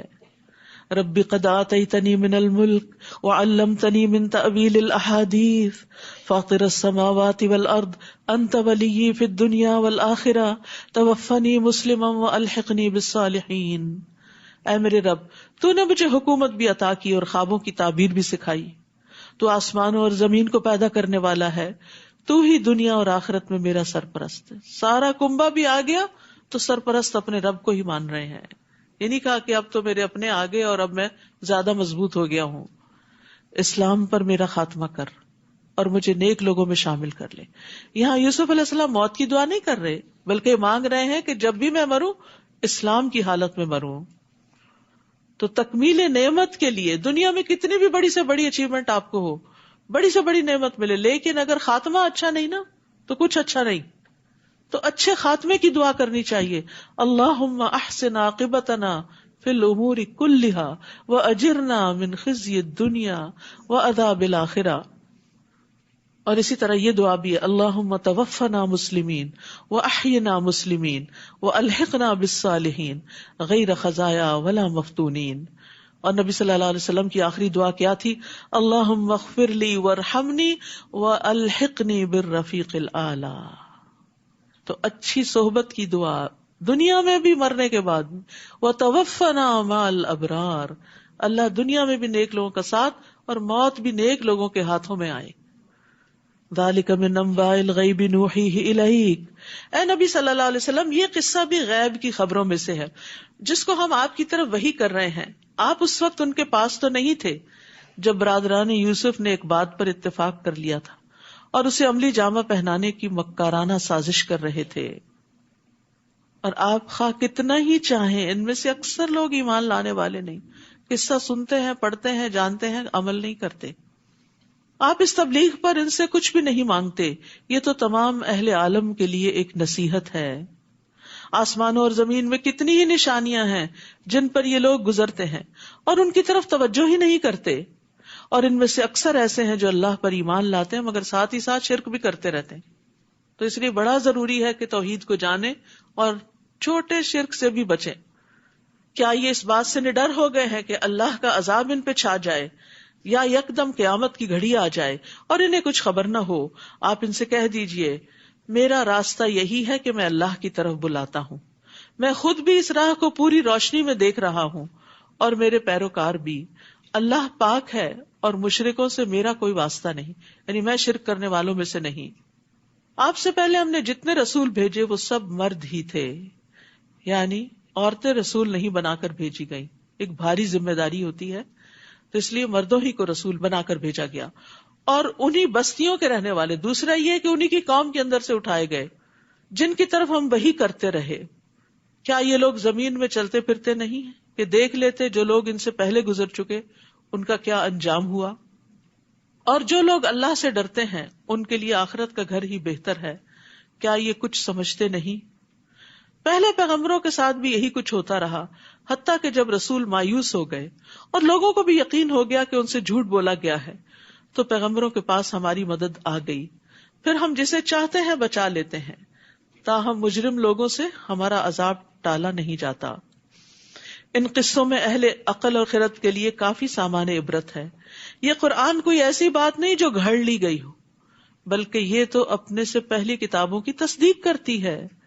اس میں ہر بات کی تفصیل موجود ہے اور ایمان لانے والوں کے لیے یہ ہدایت اور رحمت ہے. سورۃ الرعد.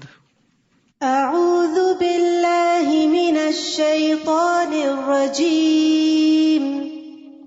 بسم اللہ الرحمن الرحیم. الف لام میم را تلک آیات الکتاب والذی انزل الیک من ربک الحق ولکن اکثر الناس لا یؤمنون.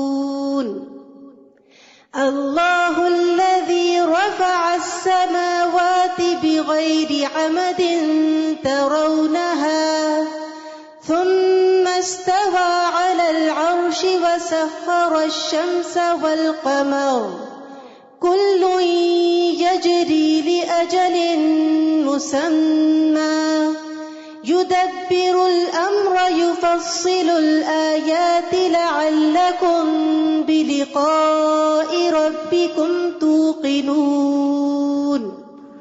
شروع کرتی ہوں اللہ کے نام سے جو بے انتہا مہربان نہایت رحم فرمانے والا ہے. سورۃ الرعد. الف لام میم را. یہ الکتاب کی آیات ہیں جو آپ کے رب کی طرف سے آپ پر نازل کیا گیا ہے، وہ عین حق ہے، لیکن اکثر لوگ اس بات پر ایمان نہیں لاتے.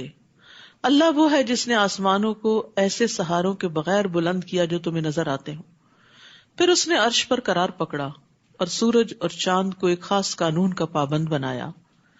اس نظام کی ہر چیز ایک مقررہ مدت تک کے لیے چل رہی ہے. وہی اس کائنات کے نظام کی تدبیر کرتا ہے اور اپنی نشانیاں تفصیل سے بیان کرتا ہے تاکہ تم اپنے رب سے ملاقات کا یقین کرو. تو یاد رکھیے کہ سورج، چاند، ستارے یہ سب اللہ کے بنائے ہوئے ہیں اور اس نے بندوں کے لیے مسخر کر رکھے ہیں کہ وہ ان کو فائدہ پہنچائیں. اور خاص طور پر سورج اور چاند کا ذکر اس لیے کہ وہ سب سے نمایاں نشانیاں ہیں جو انسان کو نظر آتی ہیں. وہی تو ہے جس نے زمین کو پھیلا دیا اور اس میں سلسلہ کوہ اور نہریں بنا دی اور ہر طرح کے پھلوں کی دو دو قسمیں بنائی. وہی دن پر رات کو طاری کرتا ہے. سوچنے سمجھنے والے لوگوں کے لیے ان باتوں میں بہت سی نشانیاں موجود ہیں. نیز زمین میں کئی قطعات ہیں جو باہم ملے ہوتے ہیں. ان میں انگور کے باغ، کھیتی اور کھجوریں ہیں جن میں سے کچھ جڑ سے ملی ہوتی ہیں اور کچھ نہ ملی ہوئی، اور ان قطعات کو ایک ہی طرح کے پانی سے سیراب کیا جاتا ہے، مگر مزے میں ہم کسی کو بہتر بنا دیتے ہیں اور کسی کو کمتر. ان چیزوں میں بھی اہل عقل کے لیے کئی نشانیاں ہیں. سبحان اللہ، ایک ہی مٹی، ایک ہی بیج، ایک ہی درخت، ایک ہی پانی، ایک ہی روشنی، ایک پھل میٹھا اور ایک کھٹا، ایک بڑا اور ایک چھوٹا، ایک لذیذ اور ایک غیر لذیذ. یہ فرق کون رکھتا ہے؟ یہ اللہ ہی فرق کرتا ہے. اور اگر آپ تعجب کرتے ہیں تو اس سے بھی عجیب تر ان لوگوں کی بات ہے جو کہتے ہیں کہ جب ہم مٹی بن جائیں گے تو کیا از سر نو پیدا ہوں گے. یہی لوگ ہیں جنہوں نے اپنے رب کا انکار کیا، اور ایسے ہی لوگوں کی گردنوں میں طوق ہوں گے. یہی لوگ اہل دوزخ ہیں جس میں وہ ہمیشہ رہیں گے. یہ لوگ بھلائی سے پہلے آپ سے برائی کے لیے جلدی مچا رہے ہیں، حالانکہ ان سے پیشتر ان جیسے لوگوں پر عذاب آنے کی کئی مثالیں گزر چکی ہیں، اور آپ کا رب لوگوں کے ظلم کے باوجود انہیں معاف کر دینے والا ہے، کیونکہ اگر پکڑنے لگے تو کوئی نہ بچے. اور یہ بھی یقینی بات ہے کہ آپ کا رب سخت عذاب دینے والا ہے. تو یہاں پر امید اور خوف کا اعتدال بتایا گیا ہے، یعنی اللہ تعالیٰ لوگوں کو معاف بھی کرتا ہے، ان کی پردہ پوشی بھی کرتا ہے، حالانکہ وہ ظلم کرتے ہیں، دن رات غلطیاں کرتے ہیں. اور اس کے ساتھ ساتھ اللہ تعالیٰ نے اس بات کا بھی ذکر کر دیا کہ وہ سخت عذاب دینے والا ہے، تاکہ لوگ امید اور خوف میں اعتدال رکھیں. اور یہ بھی کہ خوف کے مقابلے میں امید غالب ہونی چاہیے. بعض لوگ ہوتے ہیں وہ اپنے گناہوں پہ اتنے پریشان رہتے ہیں کہ ان کی امید ہی ختم ہو جاتی ہے. یہ بھی نہیں ہونا چاہیے. انس رضی اللہ عنہ سے روایت ہے کہ نبی صلی اللہ علیہ وسلم ایک نوجوان کے پاس گئے، وہ نزع کی حالت میں تھا. آپ نے فرمایا تم خود کو کیسا پا رہے ہو؟ بولا یا رسول اللہ میں اللہ سے مغفرت کی امید رکھتا ہوں لیکن اپنے گناہوں سے ڈرتا بھی ہوں. اس پر رسول اللہ صلی اللہ علیہ وسلم نے فرمایا جس بندے کے دل میں ایسے موقع پر خوف اور امید دونوں جمع ہو جائیں تو اللہ اس کو وہ چیز دیتا ہے جس کی وہ امید رکھتا ہے اور اس سے بچا لیتا ہے جس سے وہ ڈرتا ہے. تو یاد رکھیے امید کو غالب رہنا چاہیے، اللہ سے حسن ظن رکھنا چاہیے، اچھے خیالات زیادہ رکھنے چاہیے بجائے اس کے کہ انسان ہر وقت صرف پریشان ہی رہے. کافر لوگ یہ کہتے ہیں کہ اس نبی پر اس کے رب کی طرف سے کوئی معجزہ کیوں نہیں اتارا گیا؟ اے نبی آپ اس فکر میں نہ پڑیں، آپ تو صرف ایک ڈرانے والے ہیں اور ہر قوم کے لیے ایک رہنما ہوا ہے. اللہ یعلم ما تحمل كل انثى وما تغیض الارحام وما تزداد وكل شيء عنده بمقدار. اللہ تو وہ ہے کہ ہر ایک مادہ جو کچھ اپنے پیٹ میں اٹھائے ہوئے ہے اسے جانتا ہے، اور جو کچھ ان کے پیٹوں میں کمی بیشی ہوتی رہتی ہے وہ اسے بھی جانتا ہے، اور اس کے ہاں ہر چیز کی ایک مقدار مقرر ہے. اس صورت کے اندر ایک خاص چیز آپ دیکھیں گے کہ دو مختلف چیزوں کا کثرت سے ذکر کیا گیا ہے. جیسے خوف اور امید کا ذکر کیا گیا، چاند اور سورج کا ذکر کیا گیا، یہاں پر مادہ کے پیٹ میں جو کچھ ہوتا ہے اور جو نہیں ہوتا اس کا ذکر کیا گیا. عالم الغیب والشہادہ، غیب اور حاضر کا ذکر کیا گیا. الکبیر المتعال، وہ چھپی اور ظاہر ہر طرح کی باتوں کو جاننے والا ہے، سب سے بڑا عالی شان والا ہے. پھر آپ دیکھیے تم میں سے اگر کوئی اپنی بات کو مخفی طور پر کہے یا پکار کے کہے، مخفی اور ظاہر، وہ اس کے لیے برابر ہے. اسی طرح اگر کوئی رات کی تاریکی میں چھپا ہو یا دن کی روشنی میں چل رہا ہو اس کے لیے برابر ہے. پھر تضاد، دو چیزوں کا کمپیریزن. ہر شخص کے آگے اور پیچھے پھر دو چیزیں آ گئی. اللہ کے مقرر کردہ نگران ہوتے ہیں جو اللہ کے حکم سے اس کی حفاظت کرتے ہیں. اللہ تعالیٰ کسی قوم کی اچھی حالت کو اس وقت تک نہیں بدلتا جب تک وہ اپنے اوصاف خود نہ بدل دے، یعنی گناہ کر کے. اور جب اللہ تعالیٰ کسی قوم پر مصیبت ڈالنے کا ارادہ کر لے تو پھر کوئی اسے ٹال نہیں سکتا، نہ ہی اس کے مقابلے میں کوئی اس کا مددگار ہو سکتا ہے. تو یہاں ایک بڑی خوبصورت بات بتائی گئی ہے ہمیں کہ ہر شخص کے آگے اور پیچھے اللہ کے مقرر کردہ نگران ہوتے ہیں جو اللہ کے حکم سے اس کی حفاظت کرتے ہیں. سبحان اللہ، ہمیں پتہ بھی نہیں اور ہماری لا علمی کے باوجود ہماری حفاظت ہو رہی ہے جنات سے، ضرر رساں انسانوں اور کیڑوں مکوڑوں سے. مجاہد کہتے ہیں کہ ہر انسان پر ایک فرشتہ مقرر ہے جو نیند کی حالت میں اور جاگتے ہوئے اس کی جنات، انسانوں اور کیڑوں مکوڑوں سے حفاظت کرتا ہے، سوائے اس چیز کے جس کی اللہ نے اجازت دی ہو تو وہ اس شخص کو پہنچ کے رہتی، وہ مصیبت آ جاتی. کعب احبار کہتے ہیں اگر اللہ عز و جل نے تم پر فرشتے مقرر نہ کیے ہوتے جو تمہارے کھانے، تمہارے پینے، تمہارے پردے کی چیزوں میں تمہارا دفاع نہ کرتے تو جن تمہیں اچک کے لے جاتے، یعنی جو تمہارے دشمن ہیں وہ تمہیں چھوڑتے نہ. اسی طرح اعمال ریکارڈ کرنے والے فرشتے بھی موجود ہیں اور وہ انسان کے اچھے برے سارے اعمال لکھ رہے ہیں، جمع کر رہے ہیں، ریکارڈ کر رہے ہیں. اور اعمال پر محافظ فرشتے بھی ہوتے ہیں. نبی صلی اللہ علیہ وسلم نے فرمایا لوگوں میں سے جس آدمی کو بھی جسمانی طور پر کوئی تکلیف پہنچتی ہے تو اللہ عز و جل اس کے محافظ فرشتوں کو حکم دیتے ہوئے فرماتے ہیں کہ میرے بندے کے لیے دن اور رات میں وہی عمل لکھتے رہو جو یہ خیر اور بھلائی کی حالت میں کرتا رہا جب تک یہ میری قید میں ہے، یعنی بیماری میں ہے. هو الذی یریکم البرق خوفا وطمعا، پھر خوف اور طمع کا ذکر ہے.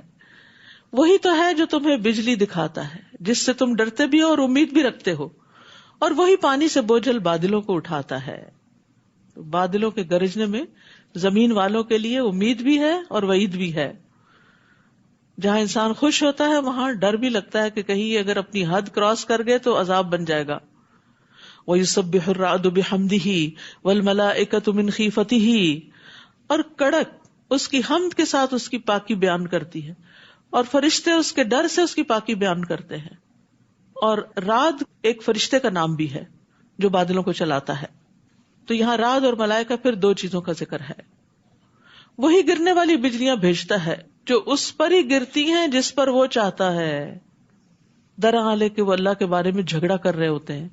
فی الواقع اس کی تدبیر بڑی زبردست ہے. لہو دعوت الحق والذین یدعون من دونہ لا یستجیبون لهم بشیء الا کباسط کفیہ الی الماء لیبلغ فاہ وما هو ببالغہ وما دعاء الکافرین الا فی ضلال اسی کو پکارنا برحق ہے، اور جو لوگ اس کے علاوہ دوسروں کو پکارتے ہیں وہ انہیں کچھ بھی جواب نہیں دے سکتے. انہیں پکارنا تو ایسا ہے جیسے کوئی شخص پانی کی طرف اپنا ہاتھ اس لیے پھیلائے کہ پانی اس کے منہ تک پہنچ جائے، حالانکہ پانی کبھی اس کے منہ تک نہیں پہنچ سکتا. کافروں کی پکار بھی ایسی ہی گمراہ ہو جاتی ہے. یاد رکھیے کہ جب انسان اللہ کے علاوہ کسی اور بت، درخت، پتھر، پہاڑ، ستارے کو پکارتا ہے کہ میری مدد کرو، تو وہ تو سنتا ہی نہیں اور مدد بھی نہیں کرتے. یعنی غیر اللہ کے آگے ہاتھ پھیلانا ایسے ہی ہے جیسے پانی کے آگے ہاتھ پھیلا کے انسان پانی کو حکم دے کہ آؤ، تو وہ نہیں آتا. وَلِلَّهِ يَسْجُدُ مَن فِي السَّمَاوَاتِ وَالْأَرْضِ طَوْعًا وَكَرْهًا وَظِلَالُهُم بِالْغُدُوِّ وَالْآصَالِ. آسمانوں اور زمین میں جتنی بھی چیزیں ہیں چاروں ناچار اللہ کو سجدہ کر رہی ہیں. اسی طرح ان کے سائے صبح و شام سجدہ ریز ہوتے ہیں. طَوْعًا وَكَرْهًا، پھر کمپیریزن. تو اس آیت میں سجدے کی حکمت بیان کی گئی ہے. آپ ان سے پوچھئے آسمانوں اور زمین کا رب کون ہے؟ کہہ دیجئے اللہ.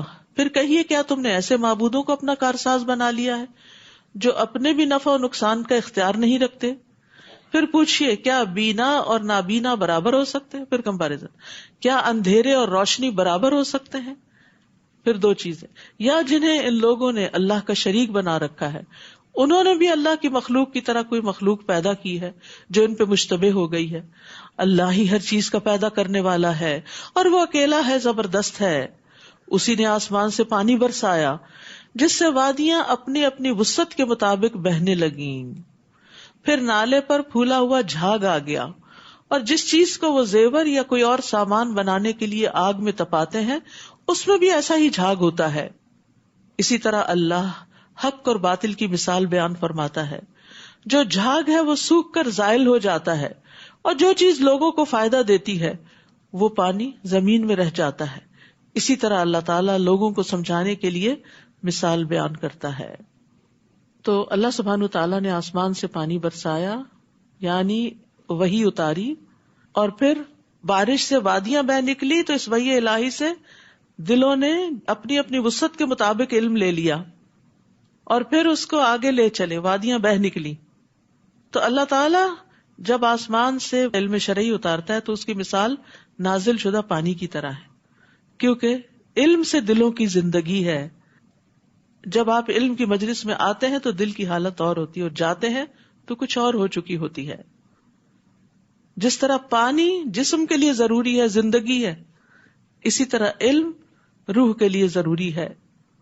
اور پھر کچھ لوگوں کے اندر خیر ہوتی ہے تو اس پانی کو اپنے اندر جذب کر لیتے ہیں، خود بھی اس سے فائدہ اٹھاتے ہیں اور دوسروں کو بھی فائدہ پہنچاتے. اسی طرح سونے چاندی کے میل کچیل کو بھی دور کیا جاتا ہے. جو خالص ہوتا ہے وہ فائدہ مند ہوتا ہے، جو جھاگ ہوتی ہے وہ ختم ہو جاتی ہے. اور سونا چاندی تپانے کے بعد خالص ہوتا ہے. تو اسی طرح انسان بھی آزمائشوں کی بھٹیوں سے گزرنے کے بعد کام کا بنتا ہے. للذین استجابوا لربہم الحسنی، جن لوگوں نے اپنے رب کا حکم مان لیا ان کے لیے بھلائی ہے، اور جنہوں نے نہیں مانا اگر وہ سب کچھ انہیں میسر آ جائے جو زمین میں ہے، بلکہ اتنا اور بھی تو وہ سب کچھ دے کر اللہ کی گرفت سے بچنے پر تیار ہو جائیں گے. یہی لوگ ہیں جن سے بری طرح حساب لیا جائے گا، ان کا ٹھکانہ دوزخ ہوگا جو بہت بری جگہ ہے. سول حساب ایسا حساب ہے جس میں انسان کے گناہوں کا محاسبہ اس طرح کیا جائے کہ کوئی بھی چیز نہ بخشی جائے. ڈیٹیلڈ انویسٹیگیشن کہ کوئی بھی کام کیوں کیا تھا. افمن یعلم انما انزل الیک من ربک الحق، کیا بھلا جو شخص یہ جانتا ہے کہ جو کچھ آپ کی طرف، آپ کے رب کی طرف سے اتارا گیا ہے وہ حق ہے، اس شخص جیسا ہے جو اندھا ہے مگر نصیحت و دانش مندی قبول کرتے. پھر کمپیریزن. اب یہ دانش مند کون ہے، عقل مند کون ہے؟ الذین یوفون بعہد اللہ ولا ینقضون المیثاق، جو اللہ سے کیا ہوا عہد پورا کرتے ہیں، عہد الست یا اس کے بعد لا الہ الا اللہ کا پڑھنا، اور مضبوط کیے ہوئے عہد کو توڑ نہیں ڈالتے، اور جن رشتوں کو اللہ نے ملانے کا حکم دیا ہے انہیں ملاتے ہیں، اپنے رب سے ڈرتے ہیں اور بری طرح حساب لیے جانے سے خوف کھاتے ہیں. تو یہاں صلہ رحمی کی طرف اشارہ ہے ابن عمر کہتے ہیں جو اپنے رب کا تقوی اختیار کرے اور صلہ رحمی کرے اس کی موت میں تاخیر کر دی جاتی ہے، اس کے مال میں اضافہ کر دیا جاتا ہے اور اس کے گھر والے اس سے محبت کرنے لگتے ہیں. سبحان اللہ. یعنی آپ رشتوں کے ساتھ احسان کا رویہ اختیار کرتے ہیں تو وہ آپ سے جواباً پھر محبت کا رویہ اختیار کرتے ہیں. رسول اللہ صلی اللہ علیہ وسلم نے فرمایا جو شخص صلہ رحمی کے لیے جتنا عطیہ دیتا ہے، جیسا گفٹ دیتا ہے، جتنا خرچ کرتا ہے، اللہ اس کے مال میں اتنا ہی اضافہ کر دیتا ہے. لیکن سب سے مشکل رشتہ داروں کو ہی دینا لگتا ہے. دوست احباب کو بھی تحفے تحائف دے دیتے ہیں، اوروں پہ بھی خرچ کر لیتے ہیں، اپنی ذات پہ بھی، اپنے بچوں وغیرہ پہ بھی، لیکن بہن بھائیوں اور ان کے بچوں اور جو بھی صلہ رحمی کے مستحق ہیں ان کا عام طور پر خیال نہیں رکھتے. رمضان شروع ہو رہا ہے، ہم سب کو ایک لسٹ بنانی چاہیے کہ ہمارے خاندان میں کون کون ضرورت مند ہے اور اسپیشل گفٹ بھجوائیں. اور ان میں سے جو اچھے بھلے ہیں آپ ان کو عیدی بھی بھجوا سکتے ہیں. یعنی ضروری نہیں ہوتا کہ کوئی محتاج اور فقیر ہی ہو تو اس کو آپ نے دینا ہے. عیدی دینے کا فائدہ کیا ہوتا ہے کہ تعلق جڑ جاتا ہے، بچے خوش ہو جاتے ہیں، انتظار کر رہے ہوتے ہیں اور مرنے کے بعد بھی آپ کو یاد کرتے ہیں کہ ہماری نانی ہمیں عیدی دیا کرتی تھی. تو دنیا میں بھی فائدہ، مال میں اضافہ، عمر میں اضافہ اور آخرت کا حساب آسان. اور جنہوں نے اپنے رب کی رضا کے لیے صبر کیا، نماز قائم کی اور اللہ نے جو کچھ انہیں دے رکھا ہے اس میں سے پوشیدہ اور علانیہ خرچ کیا اور برائی کا بھلائی سے جواب دیا، انڈر لائن، برائی کا بھلائی سے جواب دیا، یہی لوگ ہیں جن کے لیے آخرت کا گھر ہے. بدسلوکی کے مقابلے میں حسن سلوک. تو انسان سے غلطی تو ہو جاتی ہے تو ساتھ ہی انسان نیکی کر لے، اور اگر کسی کے ساتھ زیادتی ہو جائے تو اس سے سوری کر لے. نبی صلی اللہ علیہ وسلم کا اخلاق کیا تھا؟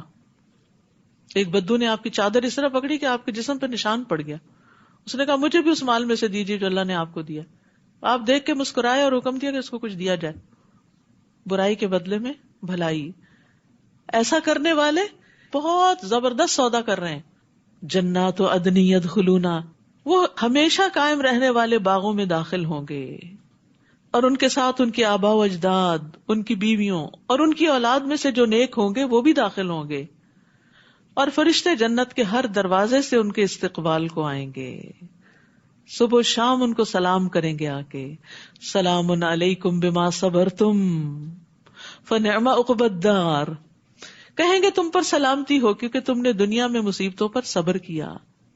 صبر کا بدلہ جنت ہے. سو یہ آخرت کا گھر کتنا ہی اچھا ہے. وہاں مشکل ہوئی، کڑوے دن گزرے، لیکن انجام اچھا ہوا. کامیابی یہی ہے. اور اس کے برعکس دوسرا گروہ پھر کمپیرزن ہے. جو لوگ اللہ سے کیے ہوئے عہد کو مضبوط کرنے کے بعد توڑ دیتے ہیں اور جن رشتوں کو اللہ نے ملانے کا حکم دیا ہے انہیں کاٹ دیتے ہیں اور زمین میں فساد برپا کرتے ہیں، ایسے لوگوں کے لیے لعنت ہے اور ان کے لیے آخرت میں برا گھر ہے. استغفر اللہ.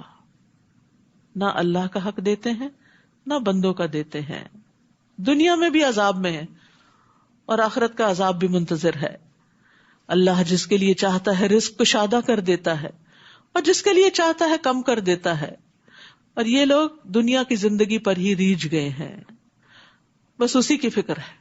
حالانکہ آخرت کے مقابلے میں دنیا کی زندگی ایک حقیر سا فائدہ ہے، سمندر کے مقابلے میں قطرہ بھی نہیں. اور وہ لوگ جنہوں نے کفر کیا وہ کہتے ہیں اس نبی پر اس کے رب کی طرف سے کوئی نشانی کیوں نہ اتاری گئی. آپ انہیں کہیے کہ اللہ نشانیاں دکھلانے کے بعد بھی جسے چاہے گمراہ ہی رہنے دیتا ہے اور اپنی راہ صرف اسے دکھاتا ہے جو اس کی طرف رجوع کرے. یعنی وہ لوگ جو ایمان لاتے ہیں اور ان کے دل اللہ کے ذکر سے مطمئن ہو جاتے ہیں. یاد رکھو دل اللہ کے ذکر سے ہی مطمئن ہوتے ہیں. تجربہ کر کے دیکھ لیجیے، جب دل گھبرا رہا ہو تلاوت شروع کر دیجیے، کرتے رہیے جب تک کہ چین نہ آ جائے، اٹھیں اور آپ ہلکے نہ ہو جائیں.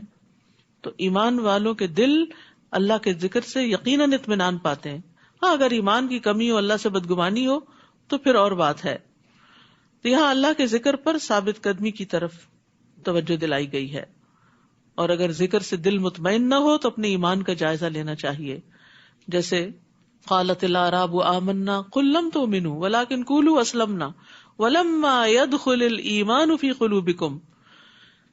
دیہاتی کہتے ہیں ہم ایمان لائے، کہہ دیجئے تم ایمان نہیں لائے، یہ کہو ہم مسلمان ہو گئے، ہم بھی پیدائشی مسلمان ہیں، شعوری ایمان تمہارے اندر کم ہی داخل ہوتا ہے، اگر وہ ہو تو ذکر لازماً فائدہ دے، اور ابھی تمہارے دلوں میں ایمان داخل نہیں ہوا، جب ایمان ہی داخل نہیں ہو تو اطمینان کہاں سے داخل ہو؟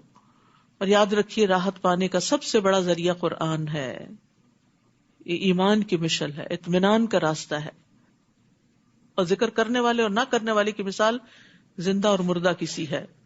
کون ہے یہ ذکر کرنے والے؟ الذین آمنوا وعملوا الصالحات، صرف ذکر ہی نہیں کرتے، نیک عمل بھی کرتے ہیں۔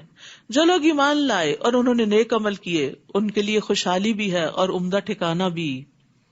اسی طرح ہم نے آپ کو ایسی امت میں بھیجا ہے جس سے پہلے کئی امتیں گزر چکی ہیں، تاکہ آپ انہیں وہ کچھ پڑھ کر سنائیں جو ہم نے آپ کی طرف وحی کی ہے، لیکن وہ رحمان کا انکار کر رہے ہیں۔ ان سے کہیے کہ میرا رب تو وہی ہے جس کے سوا کوئی الہ نہیں، میں نے اسی پر بھروسہ کیا اور اسی کے ہاں مجھے واپس جانا ہے۔ اور اگر قرآن ایسا ہوتا کہ اس کے زور سے پہاڑ چلائے جا سکتے یا زمین کے طویل فاصلے فوراً طے کیے جا سکتے یا اس کے ذریعے مردوں سے کلام کیا جا سکتا تو بھی یہ کافر ایمان نہ لاتے، یعنی ایسے کرشمے بھی دکھائے جاتے تو نہ مانتے، بلکہ ایسے سب امور اللہ ہی کے اختیار میں ہے۔ کیا اہل ایمان ابھی تک کافروں کی مطلوبہ نشانی آنے سے مایوس نہیں ہوئے؟ کیونکہ اگر اللہ چاہتا تو نشانی کے بغیر بھی تمام لوگوں کو ہدایت دے سکتا تھا، اور کافروں کو تو ان کی کرتوتوں کی وجہ سے کوئی نہ کوئی مصیبت پہنچتی ہی رہے گی یا ان کے گھر کے قریب اترتی رہے گی، حتیٰ کہ اللہ کا وعدہ یعنی عذاب آ جائے۔ یقیناً اللہ اپنے وعدے کی خلاف ورزی نہیں کرتا۔ آپ سے پہلے بھی رسولوں کا مذاق اڑایا جا چکا ہے، میں نے پہلے تو کافروں کو کچھ مہلت دی، پھر آخر کار انہیں پکڑ لیا، تو دیکھ لو میرا عذاب کیسا سخت تھا۔ بھلا وہ ذات جو ہر نفس کی کمائی پہ نظر رکھتی ہے انہیں بغیر سزا کے چھوڑ دے گی، جبکہ انہوں نے اللہ کے شریک بنا رکھے ہیں۔ آپ ان سے کہیے ان شریکوں کے نام تو لو، تم اللہ کو ایسی چیز کی خبر دیتے ہو جو زمین میں موجود تو ہے مگر وہ اسے نہیں جانتا، یا جو کچھ منہ میں آئے کہہ ڈالتے ہو، بلکہ کافروں کے لیے ان کے مکر خوشنما بنا دیے گئے ہیں اور وہ راہ راست سے روک دیے گئے ہیں، اور جسے اللہ گمراہ کرے اسے کوئی ہدایت دینے والا نہیں۔ یعنی یہ دراصل ان کی چال ہے، مکر ہے کہ انہوں نے غیر اللہ کو الہ بنا رکھا ہے۔ ان کے لیے دنیا کی زندگی میں بھی سزا ہے اور آخرت کا عذاب تو اس سے سختر ہوگا، اور اللہ سے انہیں کوئی بچانے والا بھی نہ ہوگا۔ جس جنت کا پرہیزگاروں سے وعدہ کیا گیا ہے اس کی شان یہ ہے کہ اس میں نہریں جاری ہیں، اس کے پھل اور اس کا سایہ دائمی ہے۔ یہ تو انجام ہے ان لوگوں کا جو ڈرتے رہے، اور جو کافر ہیں ان کا انجام دوزخ ہے۔ اور جن لوگوں کو ہم نے اس سے پہلے کتاب دی تھی وہ اس کتاب سے خوش ہوتے ہیں، یعنی پچھلی کتابوں والے قرآن سے خوش ہوتے ہیں جو آپ کی طرف نازل کی گئی، اور ان کے گروہوں میں کچھ ایسے ہیں جو اس قرآن کے بعض حکموں کا انکار کرتے ہیں، یہ سب نہیں مانتے۔ آپ ان سے کہیے مجھے تو بس یہی حکم ہوا ہے کہ میں اللہ تعالیٰ کی عبادت کروں اور اس کے ساتھ کسی کو شریک نہ ٹھہراؤں، میں اسی کی طرف بلاتا ہوں اور اسی کے ہاں مجھے جانا ہے۔ اسی طرح ہم نے اس قرآن عربی کو محکم بنا کر اتارا ہے۔ اب اگر اس علم کے بعد جو آپ کے پاس آ چکا ہے آپ نے ان لوگوں کی خواہشات کی پیروی کی تو اللہ کے مقابلے میں آپ کا نہ کوئی حمایتی ہوگا اور نہ ہی اس کی گرفت سے بچانے والا کوئی۔ آپ سے پہلے ہم نے بہت سے رسول بھیجے اور انہیں ہم نے بیوی بچوں والا ہی بنایا تھا، اور کسی رسول میں یہ طاقت نہ تھی کہ اللہ کے حکم کے بغیر کوئی معجزہ لا دکھاتا۔ ہر دور کے لیے ایک کتاب ہے، اللہ جو چاہے اس سے مٹا دیتا ہے اور جو چاہے برقرار رکھتا ہے، اور اصل کتاب اسی کے پاس ہے۔ تو اس سے پتہ چلتا ہے کہ تقدیر اللہ کے ہاتھ میں ہے۔ لوح محفوظ میں کچھ لکھا جائے، مٹا دیا جائے، تقدیر بنے بگڑے، وہ سب اللہ کے فیصلوں سے ہی ہوتا ہے۔ دعا جو ہے وہ تقدیر کو بدل دیتی ہے، ٹھیک ہے، اور اسی طرح صلہ رحمی سے بھی فائدہ ہوتا ہے۔ اے نبی، جس عذاب کی ہم ان کافروں کو دھمکی دے رہے ہیں اس کا کچھ حصہ خواہ آپ کے جیتے جی آپ کو دکھا دیں یا آپ کے وفات پا جانے کے بعد انہیں عذاب دیں، آپ کے ذمہ تو پہنچانا ہی ہے اور حساب لینا ہمارا کام ہے۔ کیا وہ دیکھتے نہیں کہ ہم ان کے لیے زمین کو اس کی تمام اطراف سے گھٹاتے جا رہے ہیں؟ اور اللہ ہی فیصلہ کرتا ہے جس کے فیصلے پر کوئی نظر ثانی کرنے والا نہیں، اور وہ فوراً حساب لے لینے والا ہے۔ زمین کا گھٹانا دو طرح سے، یہ بات تو سائنٹیفکلی بھی پروو ہو چکی ہے کہ زمین سکڑ رہی ہے، کم ہو رہی، اور یہاں پر زمین کا سکڑنا اس معنی میں بھی ہے کہ زیادہ لوگ مسلمان ہو رہے ہیں اور اہل کفر کے لیے زمین تنگ ہوتی جا رہی ہے۔ جو لوگ ان سے پہلے گزر چکے ہیں وہ بھی بڑی چالیں چل چکے ہیں، مگر چال تو پوری کی پوری اللہ کے پاس ہے. وہ جانتا ہے ہر شخص کیا کچھ کر رہا ہے، اور جلد ہی انکار کرنے والوں کو معلوم ہو جائے گا کہ آخرت کا گھر کس کے لیے ہے. یعنی آنکھیں بند ہوتے ہی حقیقت سامنے آ جائے گی. کافر آپ سے کہتے ہیں آپ رسول نہیں، آپ کی رسالت کا انکار کرتے ہیں. آپ ان سے کہیے میرے اور تمہارے درمیان اللہ کی گواہی کافی ہے، اور ہر اس شخص کی بھی جو الہامی کتاب کا علم رکھتا ہے وہ بھی پہچانتا ہے کہ میں اللہ کا رسول ہوں. سورۃ ابراہیم. بسم اللہ الرحمن الرحیم. الف لام را کتاب انزلناه الیک لتخرج الناس من الظلمات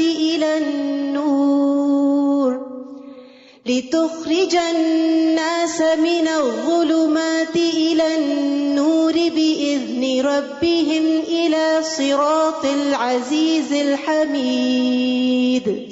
شروع کرتی ہوں اللہ کے نام سے جو بے انتہا مہربان نہایت رحم فرمانے والا ہے. الف لام را کتاب انزلناہ الیک لتخرج الناس من الظلمات الى النور بإذن ربهم الى صراط العزیز الحمید. الف لام را، یہ کتاب ہم نے آپ کی طرف اس لیے اتاری ہے کہ آپ لوگوں کو اندھیروں سے نکال کر روشنی کی طرف لائیں. یہ جہالت کے اندھیرے، کفر کے اندھیرے، غموں کے اندھیرے، پریشانیوں کے اندھیرے، مایوسی کے اندھیرے، کتاب ان سارے اندھیروں سے انسان کو نکالتی ہے، اور یہ اس کتاب کے آنے کا مقصد ہے. یعنی ان کے رب کے حکم سے لوگوں کو اس راہ کی طرف لائیں جو غالب اور قابل حمد اللہ تعالیٰ کی راہ ہے، یعنی صراط مستقیم کی طرف لائیں. اللہ جو آسمانوں اور زمین کی تمام موجودات کا مالک ہے، یعنی کون ہے اللہ جس کی طرف لائیں؟ جو ہر چیز کا مالک ہے. اور کافروں کے لیے سخت عذاب کی وجہ سے تباہی ہے، جو آخرت کے مقابلے میں دنیا کی زندگی کو پسند کرتے ہیں. یعنی جب دو آمنے سامنے ہوں تو دنیا چن لیتے ہیں اور اللہ کی راہ سے روکتے ہیں، اور اس میں اپنی خواہشوں کے مطابق ٹیڑھ پیدا کرنا چاہتے ہیں. یہی لوگ گمراہی میں دور تک نکل گئے ہیں. تو یہاں یستحبون کا لفظ استعمال ہوا ہے جس کا معنی ہوتا ہے دنیا کو ناجائز طریقے سے طلب کرنا. تو جو شخص بھی آخرت کی نعمتوں کے مقابلے میں دنیا اور اس کی زینت کو ترجیح دیتا ہے، دنیا کی نعمتوں میں زندہ رہنا چاہتا ہے، اس کو پسند کرتا ہے، اور اس کے ساتھ ساتھ اللہ کی طرف جانے سے لوگوں کو روکتا ہے، کیونکہ جو خود دنیا سے محبت رکھتے ہیں، جن کا مقصد دنیا ہی دنیا ہوتا ہے، وہ اگر کسی کو دیکھیں کہ وہ دنیا سے ذرا کنارہ کشی کر کے اللہ کی طرف جا رہا ہے تو اس کے بھی پیچھے پڑ جاتے ہیں اور اس کو بھی روکتے ہیں. وَمَا أَرْسَلْنَا مِن رَّسُولٍ إِلَّا بِلِسَانِ قَوْمِهِ، اور ہم نے جو بھی رسول بھیجا اس نے اپنی قوم کی زبان میں ہی پیغام دیا، تاکہ لینگویج بیریئر نہ ہو، تاکہ وہ ان کے لیے ہر بات واضح طور پر بیان کر سکے، میسج تھرو ہو جائے. پھر اللہ جسے چاہتا ہے گمراہ کرتا ہے اور جسے چاہتا ہے ہدایت دیتا ہے، اور وہ ہر چیز پر غالب اور حکمت والا ہے. اور ہم نے موسیٰ کو اپنے معجزے دے کر بھیجا اور حکم دیا کہ اپنی قوم کو اندھیروں سے نکال کر روشنی میں لاؤ، اور انہیں اللہ تعالیٰ کے ایام واقعات عذاب الہی سے عبرت دلاؤ. ان واقعات میں ہر صبر اور شکر کرنے والے کے لیے بہت سے عبرت کے نشان ہیں. یعنی لکل صبار شکور، اور یہ جملہ کئی جگہ پر آیا ہے.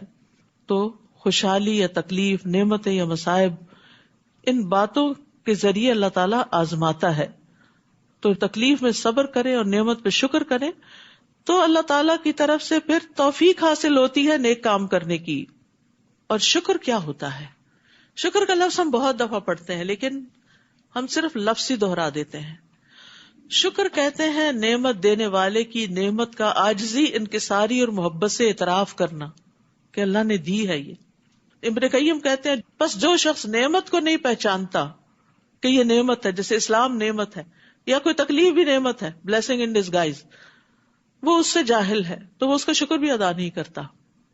اسی لیے مومن تکلیف میں بھی اللہ کا شکر ادا کرتا ہے کہ یہ بھی کسی فائدے کے لیے آئی ہے، یا تو دنیا کا کوئی ہوگا یا آخرت کے گناہ معاف ہوں گے. پھر وہ کہتے ہیں جو نعمت کو تو پہچانتا ہے لیکن اس نعمت کے دینے والے کو نہیں پہچانتا، یہ بھی شکر نہیں. پھر کہتے ہیں جو نعمت اور نعمت دینے والے کو پہچانتا ہے لیکن اس نعمت کا انکار کرتا ہے تو وہ بھی ناشکرا ہے. جو نعمت عطا کرنے والے کو پہچانتا ہے، اس کا اقرار بھی کرتا ہے، اس کا انکار نہیں کرتا، لیکن نعمت دینے والے کے لیے عاجزی اختیار نہیں کرتا، نہ اس سے محبت کرتا ہے، نہ اس سے راضی ہوتا ہے، وہ بھی شکر ادا نہیں کرتا. تو شکر کیا ہے؟ نعمت دینے والے کو پہچاننا، نعمت کا اقرار، نعمت دینے والے کے لیے عاجزی اختیار کرنا، اس سے محبت کرنا، اس سے راضی ہونا، اور اس نعمت کو دینے والے کی محبوب جگہ اور اس کی اطاعت کے کام میں خرچ کرنا. تو دراصل یہ ہے شکر، جسے شکر ادا کرنا کہتے ہیں. اور ایک کتاب ہے شکر گزار کہاں ہے، اس میں یہ پیسج پورا شکر کی تعریف میں لکھا ہوا ہے، اگر آپ لوگوں کو چاہیے. اور ویسے بھی شکر گزاری کے فائدے اس میں بہت سے پتہ چلتے ہیں، تو بک سٹور سے ضرور لیجیے، کیونکہ ایسی کتابیں جو ہیں وہ علم میں اضافہ کرتی ہیں اور علم روشنی ہوتی ہے، اور انسان اس سے پھر خیر اور بھلائی کی طرف جاتا ہے. اور خصوصاً شکر ادا کرنا جو انسان کو پازیٹیو بنا دیتا ہے. اور یاد کرو جب موسیٰ نے اپنی قوم سے کہا، اللہ کے اس احسان کو یاد کرو جو اس نے تم پر کیا، جب اس نے تمہیں فرعونیوں سے نجات دی. وہ تمہیں بری طرح سزا دیتے تھے، تمہارے بیٹوں کو تو مار ڈالتے تھے اور تمہاری عورتوں کو زندہ بچا رکھتے تھے، اور اس میں تمہارے رب کی طرف سے بہت بڑی آزمائش تھی. اور جب تمہارے رب نے اعلان کیا تھا اگر تم شکر ادا کرو گے تو تمہیں اور زیادہ دوں گا، لئن شکرتم لازیدنکم، اور اگر ناشکری کرو گے تو پھر میرا عذاب بھی بڑا سخت ہے. تو انعام پر، نعمت پر انسان اگر شکر ادا کرے تو اللہ کا فضل بھی بڑھ جاتا ہے. اور وہ فضل کیا ہوتا ہے؟ مزید نیک کاموں کی توفیق ملتی جاتی ہے اور اس پر اجر بھی ملتا ہے. شکر سے نعمت قید ہو جاتی ہے. بیماری میں بھی انسان اگر شکر ادا کرے تو اللہ تعالیٰ پہلے سے اچھی صحت دے دیتا ہے. بیماری صحت کا باعث بن جاتی ہے. کئی چھپے ہوئے امراض درست ہو جاتے ہیں. لیکن اس کے برعکس ناشکری پر کہ ہائے واہ ویلا مچا دے انسان اور کہ وائے می، تو پھر کیا ہوتا ہے؟ اس پر اللہ کی ناراضگی آتی ہے. ہر حال میں شکر کے کلمات ادا کرتے رہنا چاہیے. اور خواتین کو خصوصاً شکر ادا کرنے میں مشکل ہوتی ہے، جس کی طرف نبی صلی اللہ علیہ وسلم نے توجہ بھی دلائی کہ وہ شوہروں کی شکر گزار نہیں ہوتی. ان کی طرف سے جو ملتا ہے اس کا کوئی ذکر نہیں، اور کوئی تکلیف پہنچے تو سب کو نشر. اور موسیٰ نے تم سے کہا اگر تم اور جو بھی روئے زمین پر موجود ہے سب کے سب کفر کرو گے تو بھی اللہ تم سب سے بے نیاز ہے، کیونکہ وہ خود اپنی ذات میں محمود ہے. کیا تمہیں ان لوگوں کے حالات نہیں پہنچے جو تم سے پہلے گزر چکے ہیں، جیسے نوح، عاد اور سمود کی قومیں، اور ان کے بعد آنے والے لوگوں کے حالات جنہیں صرف اللہ ہی جانتا ہے. ان کے پاس ان کے رسول واضح دلائل لے کر آئے تو انہوں نے اپنے ہاتھ اپنے منہ میں دے لیے اور کہنے لگے جو پیغام تم لائے ہو ہم اس کا انکار کرتے ہیں، اور جس بات کی طرف تم ہمیں بلاتے ہو اس سے ہم ایسے شک میں پڑ گئے جو ہمیں بے چین کر رہا ہے. رسولوں نے انہیں کہا کیا اس اللہ کے بارے میں شک ہے جو آسمانوں اور زمین کا پیدا کرنے والا ہے؟ وہ تمہیں بلاتا ہے کہ تمہارے گناہ معاف کر دے اور ایک معین عرصے تک تمہیں مہلت بھی دیتا ہے. وہ کہنے لگے تم تو ہمارے ہی جیسے انسان ہو، تم چاہتے یہ ہو کہ ہمیں ان معبودوں سے روک دو جنہیں ہمارے باپ دادا پوجتے تھے، ہمارے پاس کوئی واضح معجزہ تو لاؤ. یعنی الٹا پیغمبروں کی نیت پہ شک کیا، ان کی بات کو ٹویسٹ کیا اور کچھ سے کچھ بنا دیا. پیغمبر کس چیز کی طرف بلا رہے تھے اور وہ اس کو کس طرح انٹرپریٹ کر رہے تھے. اور جو بھی اللہ کی طرف بلاتا ہے ضروری نہیں کہ لوگ اس کی بات سمجھ جائیں، بعض اوقات وہ اس کو غلط معنی دیتے ہیں اور خوب تنقید کرتے ہیں، حالانکہ آپ نے وہ بات کہی نہیں ہوتی. ایسے میں یہ چیز بڑی تسلی دیتی ہے کہ اللہ تو جانتا ہے ہم کیا کر رہے ہیں. مثلاً قرآن مجید میں اللہ تعالیٰ ہی صبر کا حکم دے رہے ہیں نا. کتنی دفعہ صبر کا ذکر ہوا، کتنی دفعہ شکر کا ذکر ہوا. تو اگر کوئی شخص آپ کو یہ کہے کہ آپ روز یہی قصہ سناتی ہیں کہ صبر کرو شکر کرو صبر کرو شکر، تو یہ کس نے کہا ہے؟ میں اپنے پاس سے تو نہیں گھڑ کے کہہ رہی کہ یہ کرو. یہ تو جس نے ہمیں پیدا کیا ہے وہی پیغام دے رہا ہے، اور اگر ہم یہ کریں گے تو ان فائدوں کو بھی پہنچیں گے. اور اگر ہم صبر و شکر نہیں کرتے تو مزریبل لائف گزارتے ہیں. ہر وقت کڑواہٹ بڑی رہتی ہے ہمارے منہ میں، جب بات نکلتی ہے منہ سے کڑوی نکلتی. ظاہر جیسا منہ ہوگا ویسی بات نکلے گی نا، جیسا دل ہوگا ویسے ہی خیالات ہوں گے آپ کے دوسروں کے بارے میں. پھر آپ کو دوسروں کی بات بھی سمجھ نہیں آتی، ان کی خیر خواہی بھی نہیں آپ کو نظر آتی کہ وہ آپ کے لیے اچھا چاہتے ہیں. تو ایک بدگمانی 100 بیماریوں کو جنم دیتی ہے. رسولوں نے انہیں کہا ٹھیک ہے ہم تمہارے ہی جیسے انسان ہیں، مگر اللہ اپنے بندوں میں سے جس پر چاہتا ہے انسان فرما دیتا ہے. اور یہ ہماری طاقت نہیں کہ اللہ کے حکم کے بغیر کوئی معجزہ لا سکیں، اور ایمان لانے والوں کو اللہ ہی پر بھروسہ کرنا چاہیے. اور ہم اللہ پر کیوں نہ بھروسہ کریں جبکہ اس نے ہمیں ہماری سب راہیں دکھا دی ہیں، اور جو دکھ تم ہمیں دے رہے ہو اس پر ہم صبر کریں گے، اور بھروسہ کرنے والوں کو اللہ ہی پر بھروسہ کرنا چاہیے. آخر کافروں نے اپنے رسول سے کہہ دیا کہ ہم تمہیں اپنے ملک سے نکال دیں گے یا تمہیں واپس ہمارے دین میں آنا ہوگا. تب ان کے رب نے ان کی طرف وحی کی کہ ہم ان ظالموں کو یقیناً ہلاک کر دیں گے، اور ان کے بعد تمہیں اس ملک میں آباد کریں گے. یہ انعام اس شخص کے لیے ہے جو میرے سامنے جواب دہی کے لیے کھڑا ہونے سے اور میری وعید سے ڈرتا ہو. تو اللہ کے غضب اور اس کی وعید سے ڈرنا ایمان کی علامت ہے. رب کی نافرمانی سے ڈرنا یہ بھی ایمان کی علامت ہے. جب ہم کوئی غلط کام کر لیتے تو ہمیں ڈر لگنا چاہیے کہ ہماری پکڑ نہ ہو. بعض اوقات انسان گناہ کی وجہ سے اپنے رزق سے محروم کر دیا جاتا، اور وہ رزق صرف مال و دولت نہیں ہوتا، کسی نیک کام کی توفیق اور اس کو اچھی طرح کرنے کی توفیق بھی ہو سکتی ہے. اور رب سے ڈرنے والے کے لیے جنت کا وعدہ ہے. وَلِمَنْ خَافَ مَقَامَ رَبِّهِ جَنَّتَانِ. کیونکہ یہ خوف انسان کو بری بات زبان سے نکالنے سے روکتا ہے، بیڈ بیہیویئر سے روکتا ہے، مخلص انسان بناتا ہے، اچھی عبادات کرواتا ہے کہ وہ سمجھتے میں اپنے رب کے سامنے کھڑا ہوں. وَاسْتَفْتَحُوا وَخَابَ كُلُّ جَبَّارٍ عَنِيدٍ. رسولوں نے فتح کی دعا مانگی تھی اور اس کے نتیجے میں ہر جابر دشمن نامراد ہو گیا. مِن وَرَائِهِ جَهَنَّمْ وَيُسْقَى مِن مَّاءٍ صَدِيدٍ. اس کے بعد اس کے لیے جہنم ہوگی اور پینے کو اسے پیپ کا پانی دیا جائے گا. استغفر اللہ. جسے وہ گھونٹ گھونٹ پیے گا اور اسے بمشکل ہی حلق سے اتار سکے گا. موت اسے ہر طرف سے آئے گی مگر وہ مرے گا نہیں، اور اس سے آگے اور سخت عذاب ہوگا. ابراہیم تیمی کہتے ہیں کہ کافر کو موت اس کے جسم کی ہر جگہ سے آئے گی، حتیٰ کہ اس کے بالوں کے کناروں سے بھی. اس کے جسم کی ہر جگہ میں پائی جانے والی دردوں اور تکلیفوں کی وجہ سے ہر طرف سے موت اس کو گھیرے ہوئے ہوگی. ضحاک کہتے ہیں اس کے پاس موت ہر جانب اور ہر جگہ سے آتی، یہاں تک کہ اس کے پاؤں کے انگوٹھوں سے بھی، یعنی ہر طرف سے نزع اور سکرات میں پکڑا ہوا ہوگا. جن لوگوں نے اپنے رب سے کفر کیا ان کے اعمال کی مثال اس راکھ کی سی ہے جسے آندھی کے دن تیز ہوا نے اڑا دیا ہو. یہ لوگ اپنے کیے کرائے میں سے کچھ بھی نہ پا سکیں گے. یہی پرلے درجے کی گمگشتگی ہے. کیا تم دیکھتے نہیں کہ اللہ تعالیٰ نے آسمانوں اور زمین کو حق کے ساتھ پیدا کیا ہے؟ اگر وہ چاہے تو تمہیں لے جائے اور تمہاری جگہ نئی مخلوق لے آئے، اور یہ بات اللہ تعالیٰ کے لیے کچھ دشوار نہیں. اور جب یہ لوگ اللہ کے سامنے حاضر ہوں گے تو کمزور لوگ ان لوگوں سے جو دنیا میں بڑے بنے ہوئے تھے کہیں گے ہم تو تمہارے ہی پیچھے لگے ہوئے تھے، بتاؤ آج آپ اللہ کے عذاب سے بچانے کے لیے ہمارے کچھ کام آ سکتے ہو؟ وہ کہیں گے اگر اللہ ہمیں ہدایت دیتا تو ہم بھی تمہیں دیتے. ہمارے لیے یکساں ہے کہ ہم بے صبری کریں یا صبر کریں، بہرحال ہمارے لیے نجات کی کوئی جگہ نہیں. تو ہدایت کی رغبت دنیا میں ہی ہو جانی چاہیے، آخرت میں کچھ فائدہ نہ ہوگا. اب یہاں سے خطبہ شیطان شروع ہوتا ہے، اس کو خطبہ شیطان کہتے ہیں، کہ جب سارے انسانوں کا فیصلہ ہو چکے گا، جنت والے جنت میں چلے جائیں گے، جہنم والے جہنم میں، تو شیطان ایک خطبہ دے گا. کیا کہے گا؟ وقال الشیطان لما قضی الامر ان اللہ وعدکم وعد الحق ووعدتکم فاخلفتکم.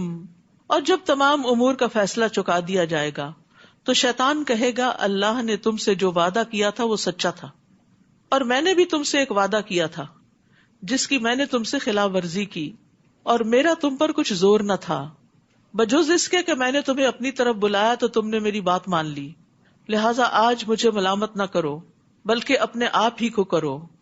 آج نہ میں تمہاری فریاد رسی کر سکتا ہوں اور نہ تم میری کر سکتے ہو. اس سے پہلے جو تم نے مجھے اللہ کا شریک بنایا میں اس کا انکار کرتا ہوں. ایسے ظالموں کے لیے یقیناً دردناک عذاب ہے. استغفر اللہ. اب آپ دیکھیے کہ ابلیس لعنہ اللہ جہنم میں جا کے جو تقریر کرے گا تو اس کا مقصد کیا ہے؟ جو ہونا تھا ہو چکا، تاکہ لوگوں کو اور زیادہ غم میں مبتلا کرے، ان کو حسرتیں دلائے، انہیں مزید خسارے میں ڈالے، ان کو پریشان کرے. دیکھیے ایک شخص آپ کو دھوکہ دیتا، آپ کو پتہ نہیں چلتا تو آپ کا غم آدھا ہوتا ہے، لیکن جب آپ کو پتہ چل جاتا ہے کہ اس نے آپ کو چیٹ کیا ہے تو پھر کیا ہوتا ہے؟ اور اگر وہ شخص بدتمیز ہو کر آپ کے منہ پہ آ کے بولنے لگے کہ میں نے کیا تمہارے ساتھ یہ، تو وہ اور زیادہ دکھی کر دیتا ہے انسان کو. یہاں شیطان کا یہی حال ہوگا کہ جو جرم وہ کرتا رہا اس کا الال اعلان اب اقرار کرے گا کہ ہاں میں نے کیا تھا یہ سب کچھ. تو یہ مجرم، یہ دشمن دنیا میں بھی دشمنی کر رہا ہے. ہر وہ راستہ جو اللہ کے راستے سے دور کرے وہ شیطان کا راستہ ہے. وہ بظاہر کتنا بھی خوشنما نظر آتا ہے اس سے پرہیز کرنا چاہیے. وہ ادخل الذین آمنوا وعملوا الصالحات جنات تجری من تحتها الانہار خالدین فیہا باذن ربہم تحیتہم فیہا سلام. جو لوگ ایمان لائے اور نیک عمل کرتے رہے انہیں ایسے باغوں میں داخل کیا جائے گا جن میں نہریں بہ رہی ہیں. وہ اللہ کے حکم سے ان میں ہمیشہ رہیں گے. وہاں ان کی دعائے ملاقات سلام ہوگی. ہر کوئی ایک دوسرے سے ملاقات کے وقت سلام کرے گا. اللہ تعالیٰ اپنے بندوں کو سلام بھیجے گا. مومن بندے ایک دوسرے کو ملاقات پہ سلام کہیں گے. فرشتے صبح شام سلام کرنے آئیں گے. سلام ہی سلام کی پکار عام ہوگی. تو دنیا میں سلام نہیں کریں گے.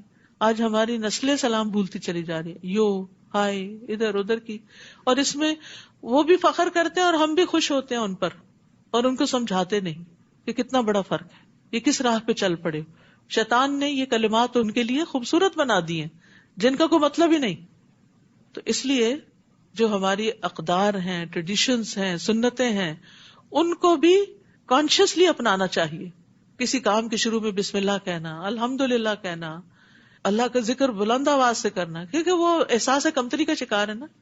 دوسری تہذیبوں سے متاثر ہیں کہ وہ زیادہ ترقی یافتہ لوگوں کی باتیں ہیں، اور مسلمان بیکورڈ ہیں تو ان کے سارے طور طریقے بھی جو اللہ اور اس کے رسول نے بتایا وہ بھی شاید بیکورڈ ہیں. نہیں، کمپیریزن کر کے دکھائیں کہ کیا بہتر ہے اس میں سے. تو جنت سراسر سلامتی کی جگہ ہے جس کا آغاز مسلمان ہونے سے ہوتا ہے، اسلام لانے سے ہوتا ہے، اور سلامتی اور پیس کو عام کرنے سے ہوتا ہے. گھروں میں اپنی زبان اور ہاتھ سے دوسروں کو محفوظ رکھیں. گھر کے باہر، دوستوں میں، جہاں جس کے ساتھ مل کے کام کریں، اکٹھے سفر کریں، لین دین کریں، کسی بھی جگہ پر اپنے کولیگز ہیں، ان سب کے لیے آپ سلامتی کا پیغام بن جائیں کہ آپ کو دیکھیں تو انہیں تسلی ہو مجھے اس شخص سے کوئی خطرہ نہیں، مجھے اس شخص سے کوئی خوف نہیں. یہ امن کا پیغامبر ہے. افسوس یہ کہ آج مسلمانوں کی یہ شناخت گم ہو گئی. سلامتی کا پیغام ہماری پہچان ہے اور یہی سلامتی کا ذریعہ بنے گا. پھر فرمایا الم تر کیف ضرب اللہ مثلا کلمۃ طیبۃ کشجرۃ طیبۃ اصلها ثابت وفرعها فی السماء. آپ دیکھتے نہیں کہ اللہ تعالیٰ نے کلمہ طیبہ یعنی توحید کی کتنی عمدہ مثال بیان کی ہے، جیسے وہ ایک پاکیزہ درخت ہو. یہ کلمہ کیا ہے؟ جیسے ایک پاکیزہ درخت، عمدہ درخت، بہترین درخت جس کی جڑ زمین میں خوب جمی ہوئی ہو اور شاخیں آسمان سے باتیں کرتی ہوں، اور پھر وہ ہر آن اپنے پھل دیتا ہو. یہ کون سا درخت ہے؟ حدیث سے پتہ چلتا ہے کہ یہ کھجور کا درخت ہے. نبی صلی اللہ علیہ وسلم کے پاس کھجور کے درخت کا خوشہ لایا گیا تو آپ نے یہ آیت پڑھی، فرمایا کہ یہ مومن کی مثال ہے. تو درخت سے تشبیہ کیوں دی گئی؟ اس لیے کہ درخت اس وقت تک درخت نہیں بنتا جب تک اس میں تین چیزیں نہ پائی جائیں: مضبوط جڑ، سیدھا کھڑا ہونے والا تنا اور بلند شاخیں. اگر ان میں سے کوئی ایک چیز بھی نہیں تو وہ کھڑا ہی نہیں رہ سکتا. اسی طرح ایمان بھی تین چیزوں کے بغیر مکمل نہیں ہوتا. دل کی تصدیق کہ جڑیں دل میں جمی ہوئی ہیں، پکا یقین ہے کہ اللہ ایک ہے، رسول برحق ہیں، آخرت برحق ہے. مختلف جڑیں ہیں ادھر ادھر پھیلی ہوئی ہیں اور دل کو انہوں نے پوری طرح اپنے کنٹرول میں لیا ہوا ہے. دل کہیں ادھر ادھر مائل ہی نہیں ہوتا. زبان سے اقرار، اس کا اظہار، اور جسم سے عمل. تو ایمان کے تین حصے ہیں: تصدیق، اقرار اور عمل. دل سے تصدیق، زبان سے اقرار اور جسم سے، اعضاء سے، جوارح سے عمل. تؤتی اکلہا کل حین باذن ربہا. وہ اپنے رب کے حکم سے ہر آن پھل دے رہا ہے. Ever green. جس انسان کے دل میں ایمان جاگزیں ہو جاتا ہے، جس کی زبان مستقیم ہو جاتی ہے، جس کا عمل خوبصورت ہو جاتا ہے، وہ ہر وقت لوگوں کو فائدہ پہنچا رہا ہوتا ہے.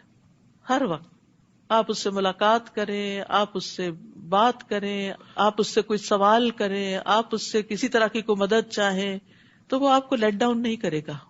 وہ اگر آپ کے کام آ گیا تو ٹھیک، نہ آ سکا تو کسی اور سے کہہ کے آپ کا کام کروا دے گا. اس کے اندر خیر ہی خیر ہوتی. وہ سوچتا بھی اچھا ہے دوسروں کے لیے، بولتا بھی اچھا ہے، چاہے سامنے ہو چاہے پیچھے ہو. اور اچھے کام بھی کرتا ہے. اور کل سے جو بات بڑی میرے دل پہ لگی وہ یہ تھی کہ خوبصورت عمل خوشبودار اور اچھے انسان کی شکل میں انسان کے ساتھ ہوگا قبر میں بھی اور حشر میں بھی. تو قبر میں تنہائی ہے، وحشت ہے، اس سے بڑا ڈر لگتا ہے نا کہ پتہ نہیں کیسی جگہ ہوگی. تو اس سے عمل کرنے کا شوق بڑھتا ہے کہ اچھا یہ عمل بڑھتا جائے گا، جتنا زیادہ عمل کریں گے اتنا ہی وہ خوبصورت ہوگا اور اتنا ہی وہ زیادہ بڑا ہوگا. انسان کا سارا غم چلا جائے گا. تو ہمیں سوچنا چاہیے کہ کیا ہم وہ درخت ہیں کہ جو ہر وقت پھل دے رہا ہے، یعنی اور نہیں کسی کو دیکھیں تو اسمائل ہی کر لیں، یہ بھی پھل دینا ہے، ایور گرین. باقی آپ دیکھیں سارے درخت خزاں میں جڑ جاتے ہیں اور دیکھیں تو دل گھبراتا ہے ان کو کہ یہ کیا ہوا، سب کچھ لٹ گیا، لٹے پٹے ہوتے ہیں. لیکن کھجور کا درخت کسی موسم میں نہیں لٹتا، وہ گرین ہی رہتا ہے. اور پھر یہ تو مومن کی مثال ہے. اچھا ہمارا حال یہ ہوتا ہے جب اچھے دن ہو نا تو ہم خوش اخلاق ہوتے ہیں، اور ذرا تھکے میں ہو اور ذرا بیمار ہو یا کوئی ہمیں پریشان کر دے پھر دیکھیں ہم کیا ہوتے ہیں، پھر ہمارے پھلوں کا سیزن ختم ہو جاتا ہے. کبھی دن کو اچھے ہوتے ہیں رات کو اچھے نہیں ہوتے، کبھی رات کو اچھے ہوتے ہیں اور دن کو اچھا نہیں ہوتا. تو اب آ رہی ہیں دن کی عبادتیں بھی اور رات کی عبادتیں بھی، اللہ ہمیں توفیق دے دے اور قبول کر لے. تو مومن کے نیک اعمال رات اور دن ہر موقع پر ہر وقت اس کو بلند کرتے رہتے ہیں. اور گندے کلمے شرک کی مثال ایک خراب درخت کی طرح ہے جسے زمین کی سطح سے ہی اکھاڑ پھینکا جائے اور اسے کچھ استحکام نہ ہو. جو جڑی بوٹیاں سی ہوتی ہیں جو زمین میں پھیلی ہوتی ہے کانٹوں والی، جو بھی گزرے اس کو پکڑ لیتی.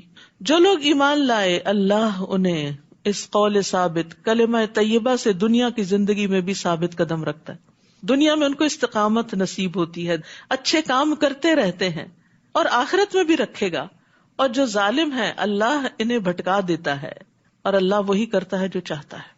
نبی صلی اللہ علیہ وسلم نے فرمایا مومن جب اپنی قبر میں بٹھایا جاتا ہے تو اس کے پاس فرشتے آتے ہیں، پھر وہ شہادت دیتا ہے کہ اللہ کے سوا کوئی معبود نہیں اور بے شک محمد صلی اللہ علیہ وسلم اللہ کے رسول ہیں. تو یہ اللہ کے اس فرمان کی تعبیر ہے یثبت اللہ الذین آمنوا بالقول الثابت فی الحیات الدنیا وفی الآخرہ، اور آخرت کی پہلی منزل قبر ہے. لیکن جو ظالم ہیں ان کو اللہ تعالی حق بات سے محروم رکھے گا. وَيُضِلُّ اللَّهُ الظَّالِمِينَ وَيَفْعَلُ اللَّهُ مَا يَشَاءُ، اور اللہ جو چاہتا ہے کرتا ہے. یعنی ظالموں کو ان کی قبروں میں یہ کلمہ نصیب نہیں ہوگا، وہ صحیح جواب نہیں دے سکیں گے.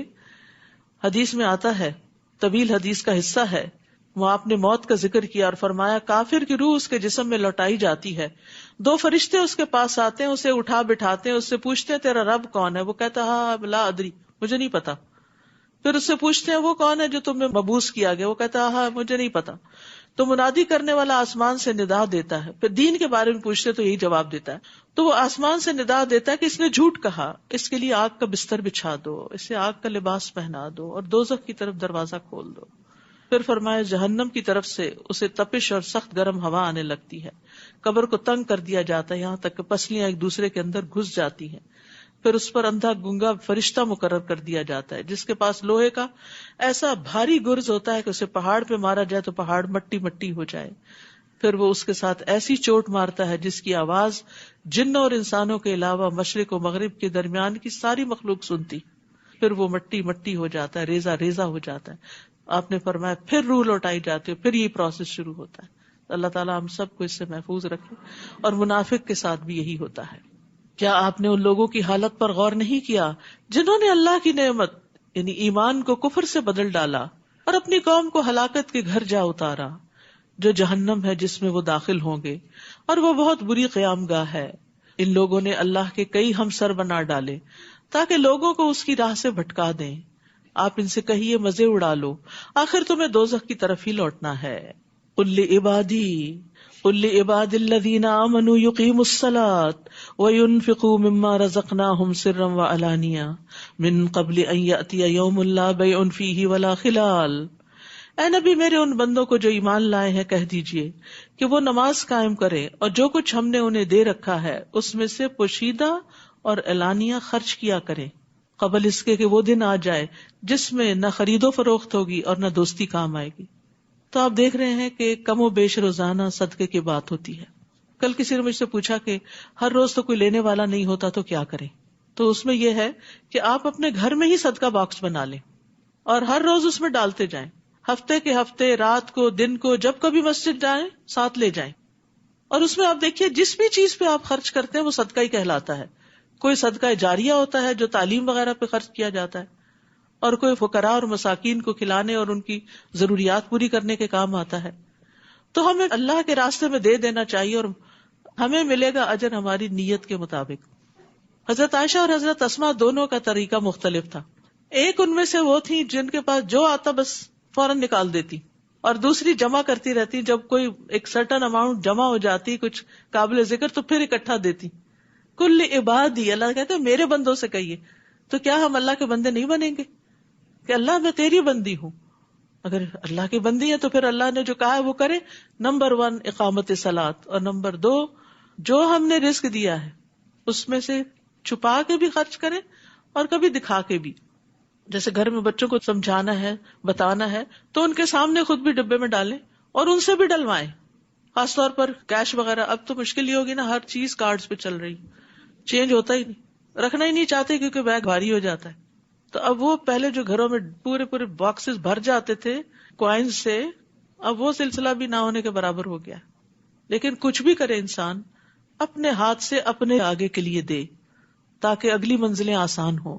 موت کے وقت اگر انسان سے پوچھا جائے کہ تم کیا کرنا چاہو گے تو وہ کہے گا مجھے دنیا میں بھیجو، میں ذرا صدقہ کر کے آ جاؤں. وہ یہ نہیں کہے گا میں نماز پڑھوں یا کچھ اور کروں، صدقہ کر لوں.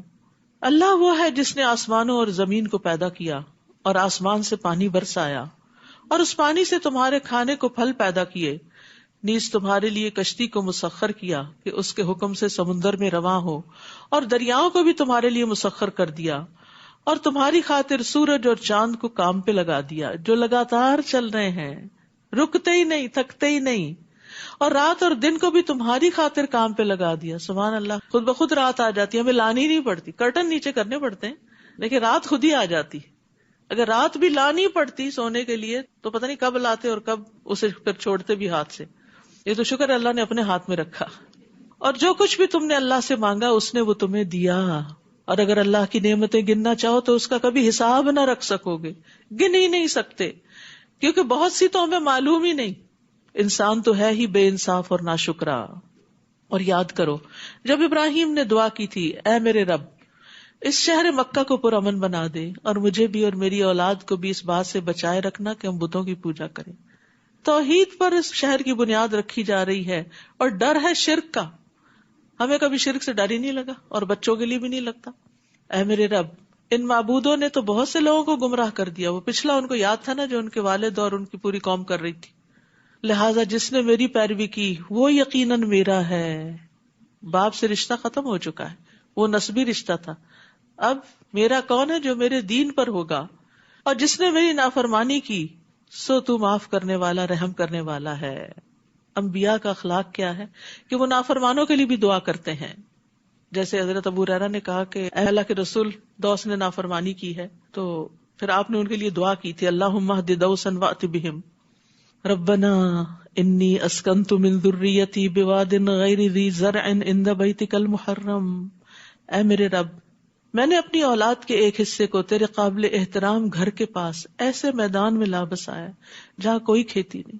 ہم اپنے بچوں کو کہاں سیٹل کرنا چاہتے ہیں جہاں وہ ہم سے بھی بہتر زندگی بسر کر سکے. اور ابراہیم علیہ السلام نے اللہ کی خاطر بچوں کو کہاں لا بٹایا؟ جہاں دنیا نہیں تھی، تاکہ وہ نماز قائم کریں. اے رب بعض لوگوں کے دلوں کو ان کی طرف مائل کر دے اور انہیں کھانے کو پھل مہیا کر دے. توقع ہے کہ یہ شکر گزار رہیں گے. محبتوں کی دعا بھی کی کہ لوگوں کے دل ان کی طرف مائل کر دے، اور کھانے کے لیے بھی بہترین چیز مانگی. تو ربنا آتنا فی الدنیا حسنہ، بے شک آپ دین کے لیے قربانیاں کریں لیکن حسنہ مانگتے رہیں. یعنی کہ اپنے آپ کو مشقتوں میں ہی رکھنا پسند کریں، لیکن اللہ کی خاطر اگر قربانی کرنی پڑے، کبھی نعمتیں اور آرام چھوڑنے پڑے تو خوشی سے چھوڑ بھی دیں. اے رب جو کچھ ہم چھپاتے ہیں یا ظاہر کرتے ہیں تو سب کچھ جانتا ہے. زمین و آسمان میں کوئی چیز ایسی نہیں جو اللہ سے چھپی ہوئی ہو. اس اللہ کا شکر ہے جس نے مجھے بڑھاپے میں اسماعیل اور اسحاق عطا کیے. بلا شبہ میرا رب دعا سنتا ہے. رب اجعلنی مقیم الصلاۃ ومن ذریتی ربنا وتقبل دعاء ربنا اغفر لی ولوالدی وللمؤمنین یوم یقوم الحساب. اے رب مجھے بھی اور میری اولاد کو بھی نماز قائم رکھنے والا بنا. اے رب میری یہ دعا قبول فرما. اے رب مجھے اور میرے والدین اور سارے مومنوں کو اس دن معاف کر دینا جب حساب لیا جائے گا. مومنوں، یہ کبھی خیال نہ کرنا کہ ظالم جو کچھ کر رہے ہیں اللہ ان سے بے خبر ہے. وہ تو انہیں اس دن کے لیے مہلت دے رہا ہے جس دن نگاہیں پھٹی کی پھٹی رہ جائیں گی. وہ یوں اپنے سر اٹھائے اور سامنے نظریں جمائے دوڑے جا رہے ہوں گے کہ ان کی نگاہیں ان کی اپنی طرف بھی نہ مڑ سکیں گی اور دل گھبراہٹ کی وجہ سے اڑے جا رہے ہوں گے. یعنی جہنم کی ہولناکی آنکھ نہ جھپکنے دے گی. شدید گھبراہٹ کی کیفیت ہوگی اور ان کے دل سمجھ سے بالا ہوں گے، شعور سے خالی ہوں گے. افئدتہم ہوا. اے نبی آپ لوگوں کو اس دن سے ڈرائیے جب عذاب انہیں آ لے گا تو اس دن ظالم کہیں گے اے ہمارے رب ہمیں تھوڑی سی مدت اور مہلت اور دے دے، ہم تیری دعوت کو قبول کریں گے، تیرے رسولوں کی پیروی کریں گے. اللہ تعالیٰ انہیں جواب دے گا کیا تم وہی لوگ نہیں ہو جو اس سے پہلے یہ قسمیں کھایا کرتے تھے کہ تمہیں کبھی زوال ہی نہیں آئے گا. یعنی نعمتیں پا کر تم اکڑ گئے تھے اور تم سمجھتے تھے یہ کبھی ٹلنے والی نہیں. حالانکہ تم ایسے لوگوں کی بستیوں میں آباد ہوئے تھے جنہوں نے اپنے آپ پر ظلم کیا تھا اور تم پر یہ بھی واضح ہو چکا تھا کہ ان سے ہم نے کیا سلوک کیا تھا اور تمہارے لیے ان کی مثالیں بھی بیان کر دی تھی. لیکن کیا ہوا؟ تم نے ان سے کوئی سبق نہ لیا. ان لوگوں نے حق کے خلاف خوب چالیں چلی حالانکہ ان کی چالوں کا توڑ اللہ کے پاس موجود تھا. اگرچہ ان کی چالیں ایسی خطرناک تھی کہ ان سے پہاڑ بھی ٹل جائیں. اے نبی یہ کبھی خیال نہ کرنا کہ اللہ نے اپنے رسولوں سے جو وعدہ کیا ہے وہ اسے پورا نہ کرے گا. یقیناً وہ سب پر غالب اور انتقام لینے پہ قادر ہے. جس دن یہ زمین اور آسمان تبدیل کر دیے جائیں گے اور لوگ ایک اور زبردست اللہ کے حضور حاضر ہو جائیں گے اور اس دن آپ مجرموں کو زنجیروں میں جکڑا ہوا دیکھیں گے قیامت کے دن بھی. اور پھر جہنم میں ان کے لبادے تار کول کے ہوں گے اور آگ ان کے چہروں کو ڈھانک رہی ہوگی. یہ سخت ترین عذاب ہے جس کی یہاں ڈسکرپشن دی جا رہی ہے. یہ اس لیے ہوگا کہ اللہ ہر شخص کو اس کے کیے کا بدلہ دے. بلا شبہ اللہ فوراً حساب چکا دینے والا ہے. ھذا بلاغ للناس. یہ قرآن لوگوں تک پہنچانے کی چیز ہے. بلاغ، تبلیغ، ابلاغ، تاکہ اس کے ذریعے انہیں ڈرایا جائے، تاکہ لوگوں کو خبردار کیا جائے کہ آئندہ بڑا سخت دن آنے والا ہے. اور اس لیے بھی کہ وہ جان لیں کہ اللہ صرف وہ ایک ہی ہے، اور اس لیے بھی کہ دانش مند لوگ اس سے سبق حاصل کریں. یہ ہے قرآن کے آنے کا مقصد کہ اس کو لوگوں تک پہنچایا جائے، اس سے لوگوں کو خبردار کیا جائے، اس سے لوگوں کو یہ بتایا جائے کہ اللہ ایک ہے، اور اس سے عقل مند لوگ نصیحت پکڑیں. تو اس لیے بہت ضروری ہے کہ ہم سب خود بھی قرآن پڑھنے والے ہوں، گھر والوں کو بھی اس طرف راغب کریں. اور الحمدللہ اب مردوں کے لیے بھی پہلی رمضان سے انشاءاللہ شام 6 سے 8 بجے تک روزانہ دورہ قرآن ہوگا، کیونکہ صبح کے وقت مرد حضرات جو ہم اپنے کاموں پہ ہوتے ہیں، تو شام کے وقت اگر وہ آ سکے تو یہاں کیمپس میں آ کے سن لیں، نہیں تو آن لائن بھی وہ سن سکتے ہیں. اور آن لائن میں آپ alhudaus.com پہ جائیں اور وہاں پر رمضان پروگرام کے جو آپشنز ہوں گی ان کو کلک کر کے فار مین جو ہے اس کو آپ وہ کر سکتے ہیں. یعنی آپ خود لگا دیں، گھر والے نہیں سنیں، خود لگا دیں، خود بھی کام کاج کرتے رہیں اور ان کو بھی سنواتے رہیں. اور پھر آپ دیکھیے کہ رمضان کے بعد بھی یہ سلسلہ جاری رکھیں. بچوں کے لیے ناظرہ کلاسز کا پروگرام ہے مفتاح القرآن، اس کا فلائر آپ پیچھے سے لے سکتے ہیں. سمر پروگرام آ رہا ہے اور ہفتے میں 4 دن تجوید کا پروگرام ہوگا انشاءاللہ.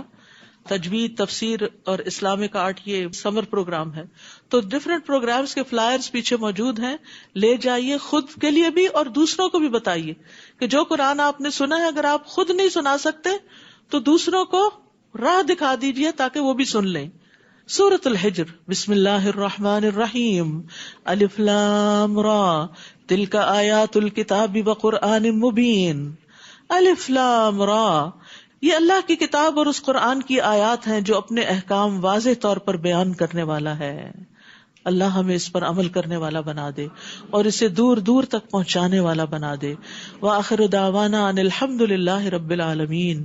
سبحانک اللہم وبحمدک، اشہد ان لا الہ الا انت، استغفرک واتوب الیک. السلام علیکم ورحمۃ اللہ وبرکاتہ. السلام علیکم ورحمۃ اللہ وبرکاتہ. کل کے پارے کے ہائی لائٹس. انسان کی 3 اہم کوالٹیز صبر، تقوی اور احسان انسان کو کامیابی سے ہمکنار کرتی. انسان آزمائشوں سے زیادہ مضبوط ہوتا ہے. ہر صاحب نعمت حسد کیا جاتا ہے، تو جب نعمت ملے تو اس کو بہت مشہور نہیں کرنا چاہیے اور اس کا شکر ادا کرنا چاہیے تاکہ نعمت باقی رہے. قدرت کے باوجود معاف کرنا پیغمبرانہ اخلاق ہے. ایمان امید اور خوف کے درمیان ہوتا ہے. ہمیں اللہ سبحانہ و تعالیٰ سے حسن ظن رکھنا چاہیے اور امید زیادہ رکھنی چاہیے. یعنی اگر ہمارا فوکس آخرت ہو جائے تو دنیا کے غم ہلکے ہو جاتے ہیں. معاف کرنے سے ماضی تو نہیں بدلتا لیکن مستقبل خوبصورت ہو جاتا ہے. گناہوں کی وجہ سے انسان کا دل سخت ہو جاتا ہے. جتنی بڑی مشکل آتی ہے، جتنا بڑا امتحان ہوتا ہے، اتنی ہی پھر اللہ تعالیٰ کی مدد بھی آتی. اپنے نفس کو کبھی پاک نہیں سمجھنا چاہیے.